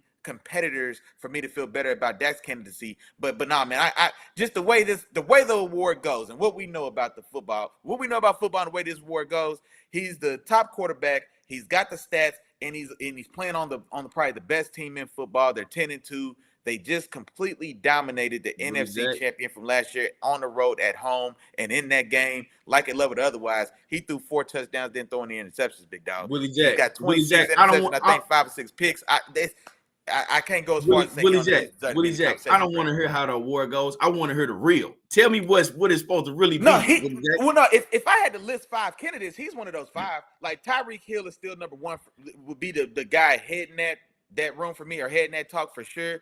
And I do think I would put Dak ahead of Purdy right now. And then especially with the game that Dak has against those Eagles at home in a rematch, a pissed off Eagles team, we'll get into that game. So I would probably still list Dak above him. But honestly, man, I don't know if at this point, I think C-Mac definitely was a driving engine for that team going to really start this year as well. He's still been good, but he's still been consistently good, but I don't necessarily think he's been standout great of late, like I said. And so I mean, Brock might be that third wheel for me. If I had to list them, I'd go Tyreek, Dak, Brock, C-Mac is still in that tie. I think Brock and C-Mac is still there for sure. Maybe we get an edge to Brock because he's the quarterback and his touchdown to interception ratio and the yardage is so clean. But yeah, man, I think he's in the room. I think he's definitely in the room. It sounds like you don't even want him in the room. You know what I'm saying? No, he ain't in that room. He ain't. Because when Debo and those guys went out, he did nothing to try to hold his team together. You know who was scoring touchdowns though? Christian McCaffrey. McCaffrey was getting up right. He was showing up. But when those guys was out, the guys who made all these plays this last game, when they were out, he was nowhere to be found. When it had to be on his shoulders, Willie Jack, like you said, you want to see him show up. He didn't show up, bro. He didn't show up. You know who did though? All right, let me. I'm done. I'm done. Man, I can't go that far. I've been hearing it, bro. But I can't go that far. Man, I don't even know if I can give you a score. I'll go ahead and get out quick. I think that the Seattle team that we just saw the last time we saw them against the Cowboys, the best that they've looked all year. I hate that the way it ended and they didn't get the win in that game. But this San Francisco defense is not that Cowboys defense, and especially if they're gonna just be letting all-star pass rushers go untouched. Namely Michael Parsons in the key moments of the game. Well, then that worries me about what they're going to do with Nick Bosa and Chase Young and the rest of that loaded defensive front seven. I'm taking San Francisco to high hand. I'm taking them at home to get this done. I've got a 28-20 San Francisco getting it done, man. And you know what, man? I ain't going to lie. I hate to do it to you. Brock Purdy, player of the week, man. He's going 4 touchdowns in this game, man. Back-to-back 4 touchdown performances. Back-to-back 4 touchdown performances from Brock Purdy. He gets all 4 touchdowns. He goes 300 yards and 4 touchdowns in an entertaining interdivisional matchup. 28-20, the San Francisco 49ers roll and likely head towards that number 1 seed in the NFC. I got you. Well, hey, I guess I'll throw some nuggets in this game as well. Christian McCaffrey, man. Christian McCaffrey over 100 yards in this game. Give him a couple touchdowns, man. I think he shows out again in this game. And if Brock Purdy has a 4 touchdowns game, man, good for them, man. They're going to continue to roll. I think they roll in this game too, Willie Jack. I think that the 49ers are just hot right now. They're in a good position. But yeah, I expect them to do a lot in the run game, this particular game. So yeah, give me the 49ers in this game at home. I don't think I gave you a score either, Willie Jack. So give me the 49ers 28-17. No, yeah, 28-17. Give them 28-17, 49ers at home in the divisional matchup against the Seahawks. All right. Yeah. No, and then lastly, before we move on for this, man, I want to see DK, man. Keep it going. I want to see DK keep it going in this game. Like I said, it was a fantastic game last week against those Cowboys, man. And so I want to see him keep that momentum going, or him and the rest of that passing offense keep that momentum going in this game to stay competitive. If they play the way they played, man, they can get this upset on the road. I'm not necessarily expecting them to play to that level, but I do want to see them still. I don't want to see that be a flash in the pan appearance. I want to see that offense move the ball and look competent when they do it. Gotcha. What you got, Willie Jack? What you got? On to the next one. We got the Denver Broncos going to Los Angeles to take on the Chargers, man. And I'm gonna go Chargers, man. I'm gonna go Chargers in this one. I'm gonna keep this one kind of short and sweet. I know we spent a lot of time on it last game, but I'm gonna go Chargers at home in this game. I think the Broncos, the streak, and it's kind of run out for them. I think that it's run out for them. Now, don't get me wrong. I still think they play solid on offense, but I don't think it'll be enough to keep up with the Chargers team. Now, this Broncos defense has been playing pretty well the last few weeks, but I think that what the Chargers will be able to do in this particular game, and this is kind of like their last hoorah or fight. Their back's against the wall. They have to come out swinging. They have to come out swinging in this game. So, yeah, I'm going to go Chargers in this one. I think Justin Herbert and Keenan Allen, they continue to continue with their connection. I've also heard from Brandon Staley, man. Brandon Staley comes out and he says Austin Eckler and Joshua Kelly is going to be splitting carries today, man. They're going to be splitting carries. I think he was kind of maybe disappointed, or obviously disappointed with the production of Austin Eckler to this point. So I think they're going to pull him back a little bit, kind of monitor his carries and give other people opportunity to see what's going on. I don't know what to make of that, because I'm not that down on him to where I feel like carries need to be taken away from him for Joshua Kelly. But who knows? Maybe this creates a two-headed monster and creates helps him get his legs back under him, put him in positions to where he's operating in more opportunities, with getting more opportunities in space. So we'll see what that looks like. But yeah, I'm gonna go Chargers in this game. I think they're able to overcome, the run that the Broncos were making, and I think they win this one at home. Give me 24-19 final score of this game. 24-19, gotcha. And then my fault, man. I seen the comments. Our dog Miles had asked, "Is Geno playing in that Seahawks game?" I'm sorry to take us backwards real quick, so I just kind of pulled my phone up real quick to just kind of check the injury report. I don't see him listed on the injury report, Miles, and so and I hadn't heard anything either, so I wanted to double check and make sure I didn't miss anything. But as far as I can tell, Geno's expected to play, and then also I don't think we mentioned as well, but Kenneth Walker may be back in that game against the Niners as well. Oh yeah, we did mention that. that. And so that's going to be a big addition. So as far as I can tell, Miles, man, yeah, Geno should be fine, or should be expected to play. And then getting back into this one though, man, I tell you what, ugly Broncos game offensively, man. Russell Wilson throws 3 interceptions against a young Texas team in that last game, and with those 3 interceptions in an offense that hasn't been an offensive juggernaut by any stretch of the means of imagination, they still lose that game 17-22 in a game in which Russell Wilson threw 3 interceptions. I definitely don't see Russell Wilson doing that again, and I think this is the time for them to buckle back in and kind of get back on that winning side of things. They had won 5 games in a row before they go on the road to Houston. Russell Wilson throws 3 interceptions. You lose that game by less than a touchdown, and so now you get a Chargers team that I just don't have much faith in. I just can't put much faith in your boy Justin Herbert, man. Especially when there's a quality defense on the other side of the field. And so defense does travel. As ugly as that game was for the Broncos last week, they held a very talented Houston Texas offense in check to 22 points. And so I still think that defense can still show up and show out. I can't wait to see Patrick Surtain lock horns with Keenan Allen. I did also see the news about Josh Kelly splitting time with Austin Eckler. Doesn't make me feel one way or the other about it, because I think this is going to be an ugly game for whoever's running the ball anyway, just on the strength of that Broncos defense. I think Sean Payton, I almost said McVay. I think Sean Payton, coming off that loss with all the turnovers that they had, I think he gets that team re-reined back in. They resettle back down. They let that defense get back to the forefront of what we need to do and keep this one low and slow, the formula that they've had when they ran off those 5 in a row. I'm going Denver on the road. I guess can't call it an upset, but I'm going Denver on the road in typical Broncos football here of late. I'm going 23-20.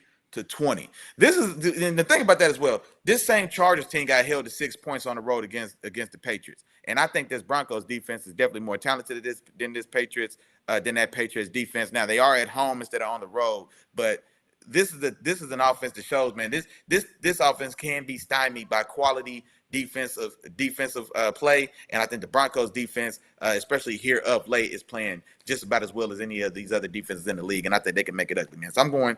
Damn, what did I just say? 23-20? I think I said I'm going 20. Now, I'm going 23-19. I'm going 23-19. Broncos getting back in the win streak. Divisional matchup. This is going to be a big one for them as they re-energize their own playoff hopes. Gotcha. I'm with you there, Willie Jack. With you there. All right. On to the next one. We got the Tennessee Titans going to Miami to take on the Dolphins. Excuse me. Willie Jack, who you got in this one? Man, short and sweet, man. Dolphins at the crib. 31-17. Dolphins roll. I think Tyreek has himself another day, man. I'm looking for Tyreek, another 130 yards, 2 more touchdowns in this game. And I think what we're going to have here, Chop, over this last month or so of the season is an MVP race. Tyreek chasing 2,000 yards in an MVP award versus holding off the new hot hand and the new media darling and Brock Purdy. And so I think both those guys have big days here, but I definitely think I like the matchup with Tyreek versus anybody in just about any secondary across the league, and specifically against this Titans secondary coming to Miami. I think Miami gets out. Miami has a chance to go up pretty early in this one. Let's say Miami gets out to scores 2-4. Miami's going to score 14 points before halftime, and I don't know if the Titans can get there. And so, I don't know if the Titans can get there. I definitely don't think they can keep pace. I'm going 31-17 Miami, and I'm looking for Tyreek to have himself a day. Like I said, 130 and 2 touchdowns. Gotcha. And I'm going Dolphins too, Willie Jack, and I'm gonna keep this short and sweet as well. I just think the Dolphins will be a little bit too explosive for the Tennessee Titans. And then from what the Titans have shown offensively, man, they won't be able to keep up. They won't be able to do all the things necessary to keep up in this game. Now, the one thing that they do have, I believe Derrick Henry will be starting in this game. So the one thing that they can do is possibly slow down this game, by utilizing the run, controlling the clock, and prevent Tua and Hill from being on the field as much. Miami defense is not as strong in terms of stopping the pass or the run. So I believe the Tennessee Titans have an opportunity there. And if they're going to win, that's going to have to be the avenue that they take in order to come away with a W in this game, is run the ball and control the clock. Don't make mistakes. And if they're able to do that, that gives them an opportunity. But ultimately, I don't think they can do that. I don't think they're able to keep up with the Dolphins either way. I got Dolphins in this game too, Willie Jack. My final score is going to be 34-20. Final score of this game. I think the Dolphins come out and they take care of business. Gotcha. All right. On to the next one, man. The last Monday night game. Before we get into the games of the week, we had the Green Bay Packers going to New York to take on the Giants, Willie Jack. And I'm going to be honest with you, man. Mm-hmm. I'm going to be honest with you. I was really tempted to take the Giants in this Monday night. I know you was. Okay? I thought you was. I thought you was going to. But you want to know what stopped me, Willie Jack?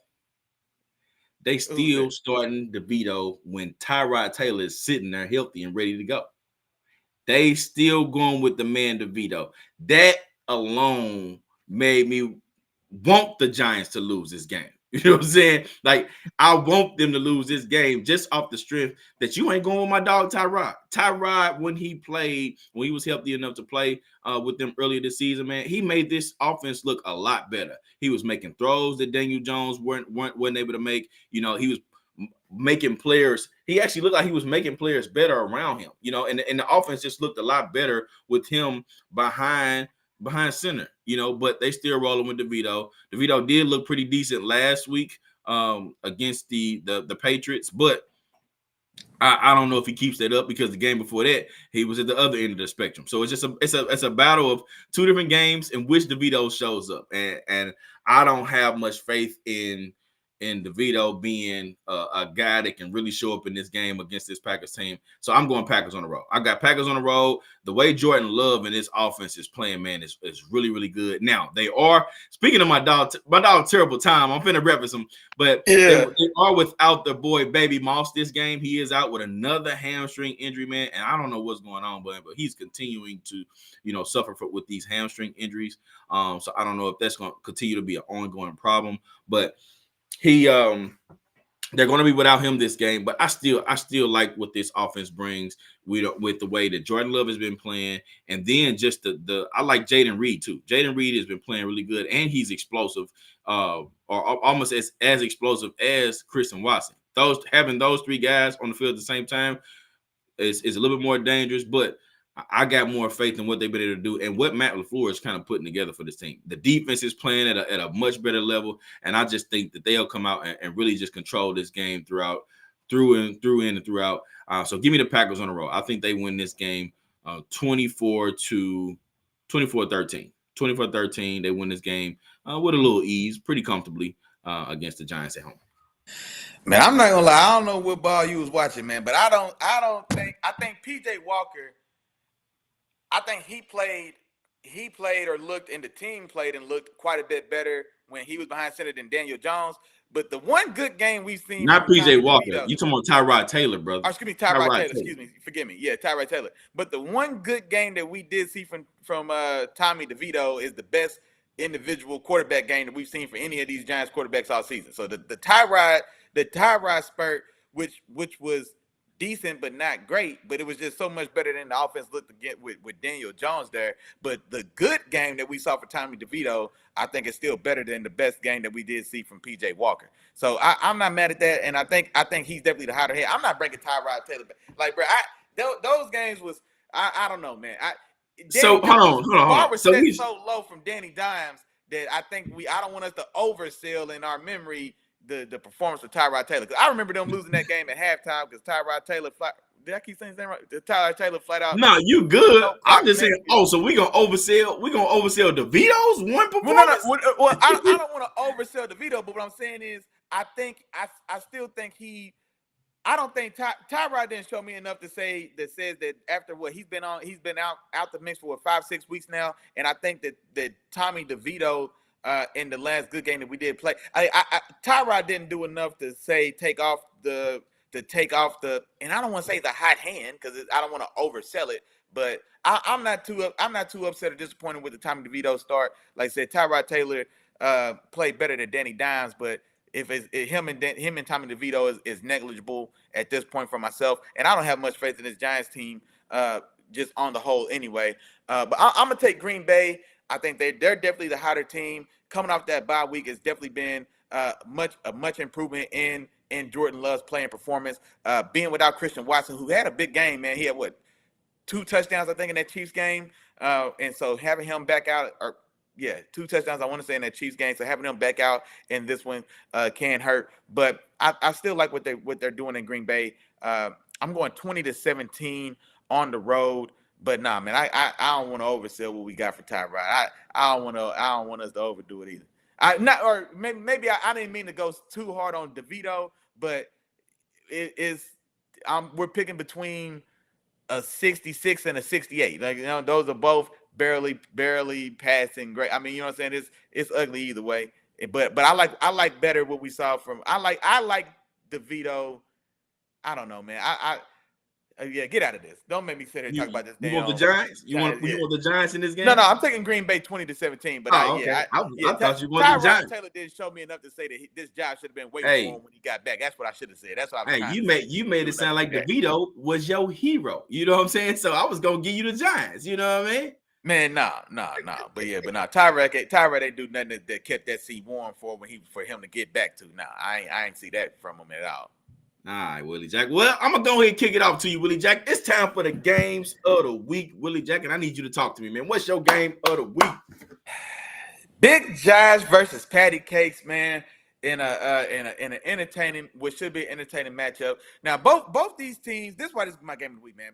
Both these teams are just 2 years ago, this was a absolutely fantastic all-time style of matchup. You know what I mean? This is, imagine like prime premium all-time John Elway going against prime premium all-time Dan Marino. You know what I mean? Like, that's the type of juggernaut quarterback juggernaut matchup this game has been. But now both these teams are struggling to a certain extent. I don't want to overdo it on the Chiefs because they are still I think now they're the number 3 seed, but they're still firmly in the playoff picture at this point. The Bills are trying their hardest to rally. I think they're 6-6 now, because I think they just came off their bye week, or maybe they're 7-6. Or no, yeah, I think they're 6-6. They come off their bye, and so they don't have any margin for error.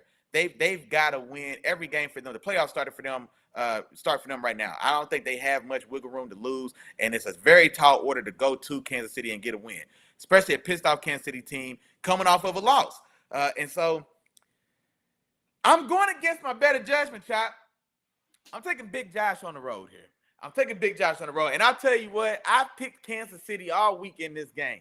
But for whatever reason, right now, I don't know. I'm going Big Josh to duke it out with Patty on the road and to find a way to get this done. I was very impressed with the Bills, with Josh Allen and that Bills, and what they did. Should have beat Philadelphia in Philadelphia in a game that ends up going to overtime. Josh wasn't perfect in that game. He did throw an interception, but did more than enough to win against a very quality opponent in Philadelphia on the road. So travel is going to be a problem for Josh and these Bills, especially if they can find a way to move the ball as effectively as they did against the Eagles. The Chiefs offensively, they kind of worry me. Patty's special, but man, the rest of that cast is what really worries me. Kelsey's still Kelsey. He's still great, but he's no longer the best in the business. But go ahead. No, I'm not gonna go that far. But I mean, but it still feels just a half step below his absolute just best dominant self. I have no faith at all in Justin Watson. Justin Ross is coming back. MVS, CVS, Walgreens, whoever, you know what I'm saying? No faith there. I think Isaiah Pacheco's out in this game, so now we got Clyde Edwards-Helaire making a return start for whatever that's worth. I still can't believe they wasted that first round pick there. Apologies to my dog Craig Brody. You know what I'm saying? That's my dog, man. He trains and works with Clyde Edwards-Helaire in the offseason. But even still, I don't have much faith just in that supporting cast around Patty, man. And I feel like that supporting cast has let Patty down more times than not, especially over this last month or so of the season, man. And so as great as Patty is, it's a lot to ask for him to keep it going. I don't feel great picking against the Chiefs coming off of a loss, because Patty going down 2 in a row or Andy Reid losing 2 in a row, that doesn't make me feel great either. But I'm not gonna lie, man. I like what we saw. I like what I saw in the Bills and Josh Allen in that offense and the way they moved the ball against Philadelphia. So I'm thinking the last time I saw these two offenses, I saw Big Josh go up and down the field and have a lot of success against a very talented still Philadelphia Eagles team. And then the last couple times I've saw the Chiefs, it's been ugly football. It's been bad calls down the wire. And then even if guys are open, they may either drop the ball or just can't step up and make those plays, man. I'm going Josh. Man, like I said, against my better judgment, I'm going Josh to carry the day. I'm going 27-24 to keep the Bills' playoff hopes alive. I think they need this one more than the Chiefs, flat out. You know what I'm saying? So I think they need this game more than the Chiefs, and I think the Chiefs offensively are really in a bad place here now. I don't like that Clyde Edwards-Helaire is going to be the lead back instead of Pacheco in this one. Now, that Chiefs defense is still very talented and still playing good ball, but I'm not going to lie, man. I saw Jordan Love in that Packers offense find ways to kind of exploit that Chiefs defense as well in the passing game, and so I think the Bills find a way to get this done, man. 27-24, Big Josh has a big day. I'm looking for 300 total yards in this game. I think his legs are going to come into play. I don't think necessarily this is going to be a huge I don't think it's going to be a 300-yard passing day, but I'm looking for something 250 and 50, 250 and 60, somewhere like that. 250 passing yards or so, 50, 60 rushing yards to go along with that as well. I'm giving him all 3 touchdowns in this game. I think they will selling for field goals for them has me worried because, like I said, I've got them 27-24, but I've got them on the road in my game of the week. Big Josh keeping the Bills' hopes alive and making a big statement win on the road against Patty Cakes. 27-24. Big Josh Allen, 300 total yards rushing and receiving, and 3 touchdowns in this game. Yeah, he ain't going for nothing less than 300. 300. Like that boy going for 300 passing. You know what I'm saying? In this game. Ooh. This is gonna be one of them games. This is gonna remind us why the Bills and Chiefs had, you know, their discrepancies between each other. You know what I'm saying? I think it's still a little bit there, a little bit far left in the tank. I think it's kind of died down a little bit because of how the Bills have been playing this particular season, and you know, the Cincinnati Bengals coming into play and being, you know, another challenger of the Chiefs, you know, so that's kind of calmed down a little bit. But I think we're going to get reminded real quick of why, you know, this game, you know, it was one of those games, man, where you were excited to see these teams play against each other. I'm going Bills as well, Willie Jack. I'm going Bills. And I know you said you don't like picking against the Chiefs on back-to-back, you know, because they're coming off of a loss. Well, the Bills are coming off of a loss too, but they also have an extra week of break. Extra week of rest, you know, so they've been planning for this game for 2 weeks now, you know, and I think Josh Allen is going to come out and continue to play well and really fight to get his team back into playoff contention, because of the teams that need this game, the Bills need this game the most. The Bills need it. That's what I said. Yeah, same thing I said. They need this game the most, and they need to come out here and show what they're fully capable of. Like you said, Willie Jack, the Chiefs offense hasn't been as good throughout this season. And believe it or not, as much as people don't want to say it, man, Travis Kelce is starting to take a little bit of a step back, man. People might not want to say it, but I'm going to tell you right now, Travis Kelce is starting to take a little bit of a step back. So this offense right now is not the same explosive offense that we're used to seeing. Now, I do think they're going to have a good game this game because, like you said, Willie Jack, coming off of a loss, I think those guys are going to be hungry to fight and really put forth a tough effort this game. I think they're going to show up and show out. Yeah, I think they're going to put up some points, but I still got the Bills on the road, man. I'm going Bills 34-31 in the shootout. I think this is going to be one of those games. I don't see the Chiefs stopping the Bills. I don't see the Bills stopping the Chiefs. I think Pat Mahomes is going to find a way to get it done because that's just Pat Mahomes. That's what he does. And, yeah, man, it's going to be a very, very entertaining game. It's going to be one of those AFC hard-fought games. It's in Kansas City. I'm in Missouri right now. You know what I'm saying? And there's some pretty good weather out here today, baby. Right now, okay. It might be about 50 degrees. The sun is shining. So if it's the same in KC as of right now, we got some fireworks on the way, man. We got some fireworks on the way, and I think it's going to be a good one. So, yeah, I'm with you, Willie Jack. I got over 300 yards for both of these quarterbacks in this game. 2 touchdowns apiece, at least, for both of these quarterbacks in the game. I think we're going to see a little bit of Jerick McKinnon in this game with Isaiah Pacheco out. I know Clyde Edwards-Helaire is supposed to be the guy, but expect Patrick Mahomes to look to his back out of the backfield for a few catches. Get him 5 catches for 60 yards and a touchdown in this game too. Ooh, okay. Throw that to Jerick McKinnon. I think he's gonna have a good game. They're gonna show up, but I could see Buffalo coming down to the end, getting that field goal to win this game. Maybe even an overtime game, man. I think it's gonna be that type of exciting game today. Yeah, and give me the Bills pulling this one down the road. What was that McKinnon? 5 catches for 60 yards and a touchdown. Man, I ain't heard that name in a while, man. But no, hey, my dog Miles in the comments, man, he is not feeling the Bills picks, man. He's letting us have it, man. But I was gonna pull one of them up real quick, man. But no, I don't want to get us too sidetracked, man. We ain't got the time to dive into it. But he was talking about the no call in Green Bay as far as the MVS call. But Miles, don't overlook the 2 poor calls against Green Bay before that call. The hit that was called late hit with Patty is clearly in bounds that moved them up the midfield. That was a 3rd down play. They would have been 4th and short. So the game, they had a chance to stop that game right there if they get that 4th down stoppage, and then we don't even have the next 2 plays. They give them that 1st down and give them an additional 15 yards on a very bad penalty call right down the sideline.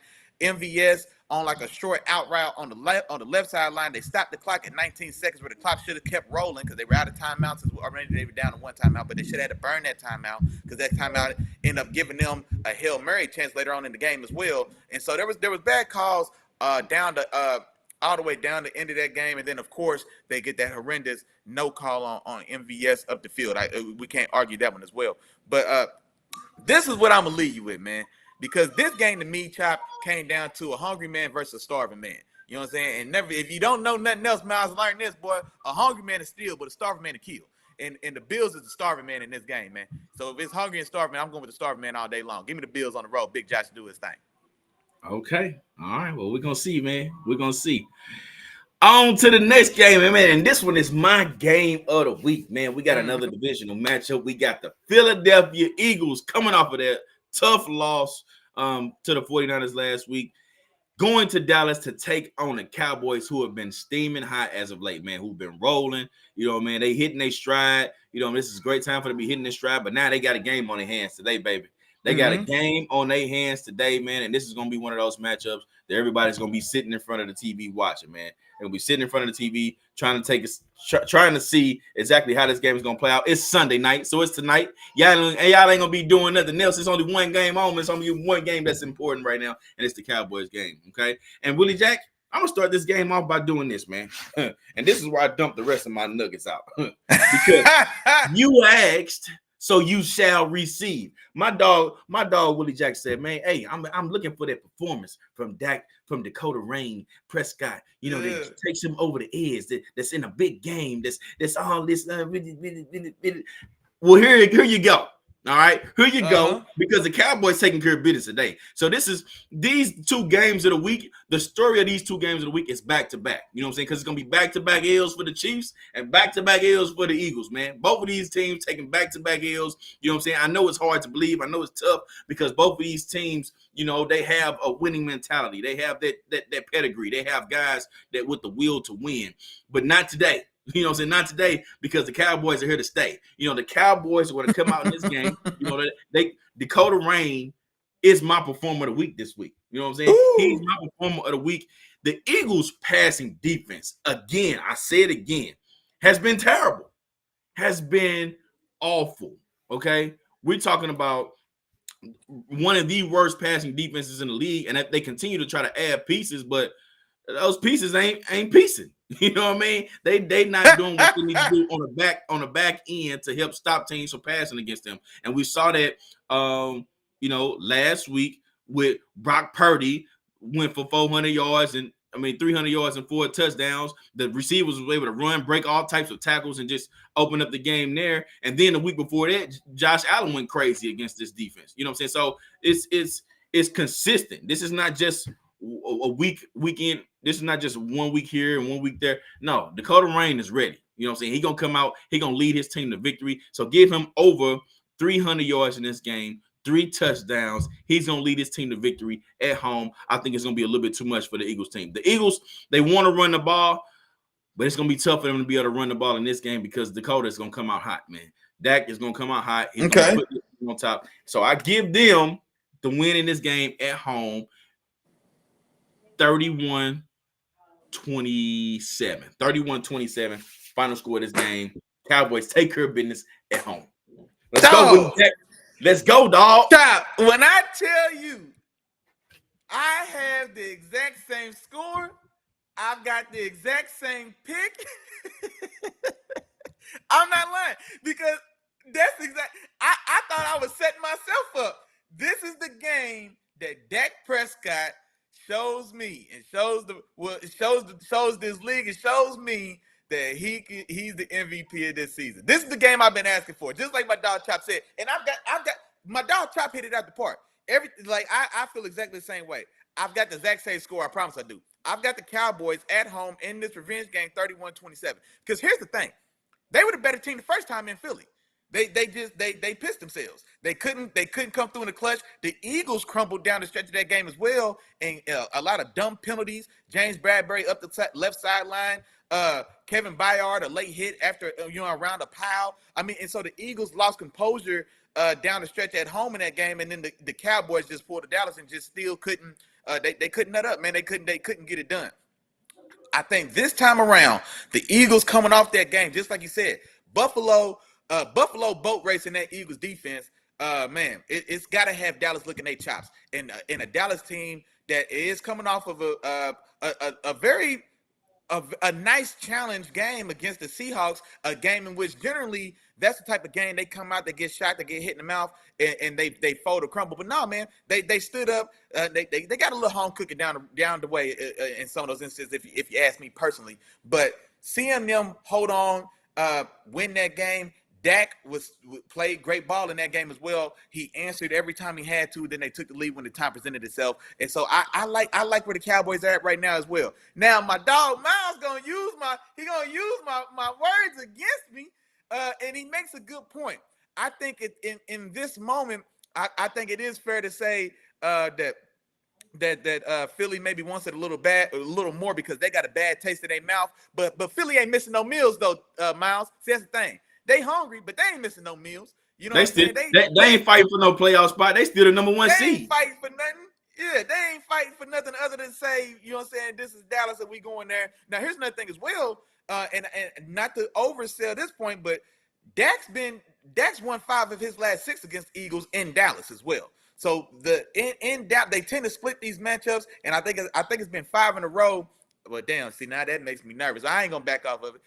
I want to say it's been 5 in a row, or maybe 5 of the last 6 that Dak and these Cowboys have beat the Eagles in Dallas. And honestly, I like where Dallas is. I like where that offense is. Seeing that impressive performance they put on against the Seahawks in a very entertaining game. Seeing Buffalo and the Niners due to that Eagles defense, what we've seen them do, I think that all bodes well. CeeDee Lamb is having his way with most secondaries in this league, and just like my dog Chop just pointed out, that Eagles secondary is having some issues now. Darius Slay and Kevin Byard notwithstanding, that Eagles secondary is ripe for the picking, and I think CeeDee Lamb can have himself a day.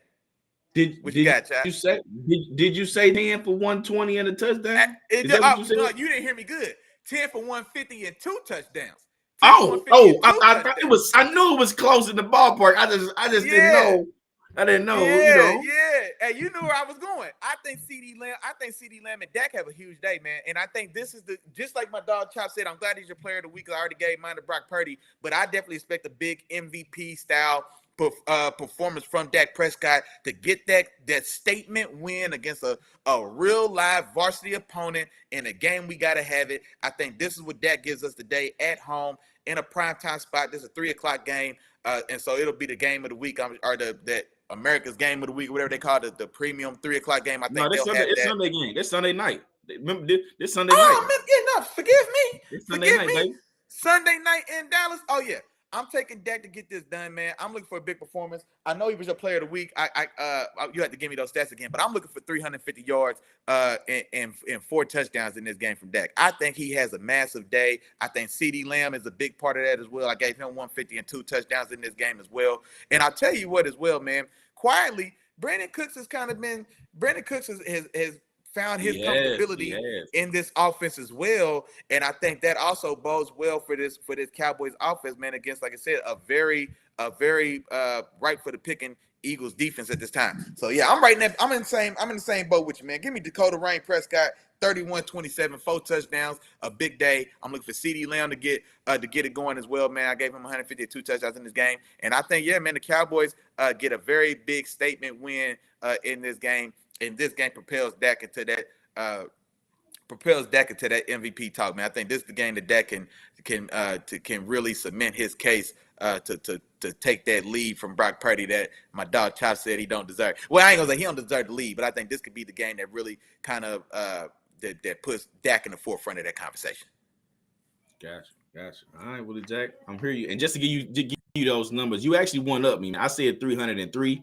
And okay. So I'm gonna stick with that one. I'm going 303 because I'm gonna give Tony Pollard one of those rushing touchdowns. Man, they get to the goal line, okay. They hand one off to Tony Pollard. I give him a touchdown. But yeah, 303. Dak Prescott, performer of the week. I'm also riding with you. You put my name next to the 150 and 2 touchdowns because I also feel like CeeDee Lamb is gonna have one of those. I'll be right next to that. But yeah, that's my performer of the week. That's my game of the week. You know what I'm saying? Those are all the nuggets that I have for y'all today. You know what I mean? So that's where we at, man. That's it, and that's all. There we go, Willie Jack. There we go. Yep. Of course, we already ran through that performer of the week. Who's your performer of the week again? Run yours. You said Brock? Was Brock your performer of the week? Yeah, I got Brock. So in my just kind of like we were saying before, man, I think the MVP race right now is 3 names: Tyreek Hill, Brock Purdy, and Dak Prescott. Is those 3, and I think all 3 of these guys have huge days today. I gave my official performer of the week to Brock Purdy because I've got him going for 300 yards and 4 touchdowns. I think it's going to be back-to-back 4 touchdown performances from Brock Purdy. Then I also had Tyreek Hill having himself a big day as well, 130 yards, 2 touchdowns in that game. Before they take their foot off the pedal, I think they're going to get out early against Tennessee. And then also, man, I think I align with, well, I'll let you talk about Dak, but I think Dak has a big day as well. Then, yeah, I got CD, man, 150 and 2 touchdowns, having a huge day also in Dallas. All right, gotcha. All right, Willie Jack. Well, hey, that's it and that's all, man. That's it. We came, we saw, you know what I'm saying? We conquered. Let's we go. did what we supposed to do. It's 12 o'clock on the nose, man. So, Willie Jack, go ahead and get us about here, man, because we got some games to talk. Oh, yeah. Hey, it's game time now, so we're going to be real short and sweet. Shout out to all the members in the building, man. Film came in and held us down. Mom Deuce is the first one in the building. Appreciate you, lady. Wife and sister to the show, Miss Boyce. She was in this thing. Appreciate you. The fam bam. My sis came through. My dog, Miles Conner, man, your game ball winner this Sunday morning. Appreciate you, my brother Jeff, player for the Himalaya. My dog, Terrible Time Walker, he slid in us to say what's up as well. Now, real quick and easy, y'all better keep up. If I forgot to say your name down, dog, I'm bad, my bad, I'm sorry. But you can charge it to my head. Don't charge it to my heart. You know we thinking about you, big dog. Everybody have fun, be safe, enjoy yourself. It's Football Sunday, it's 12 o'clock. I'm going to let y'all go. Peace. Peace.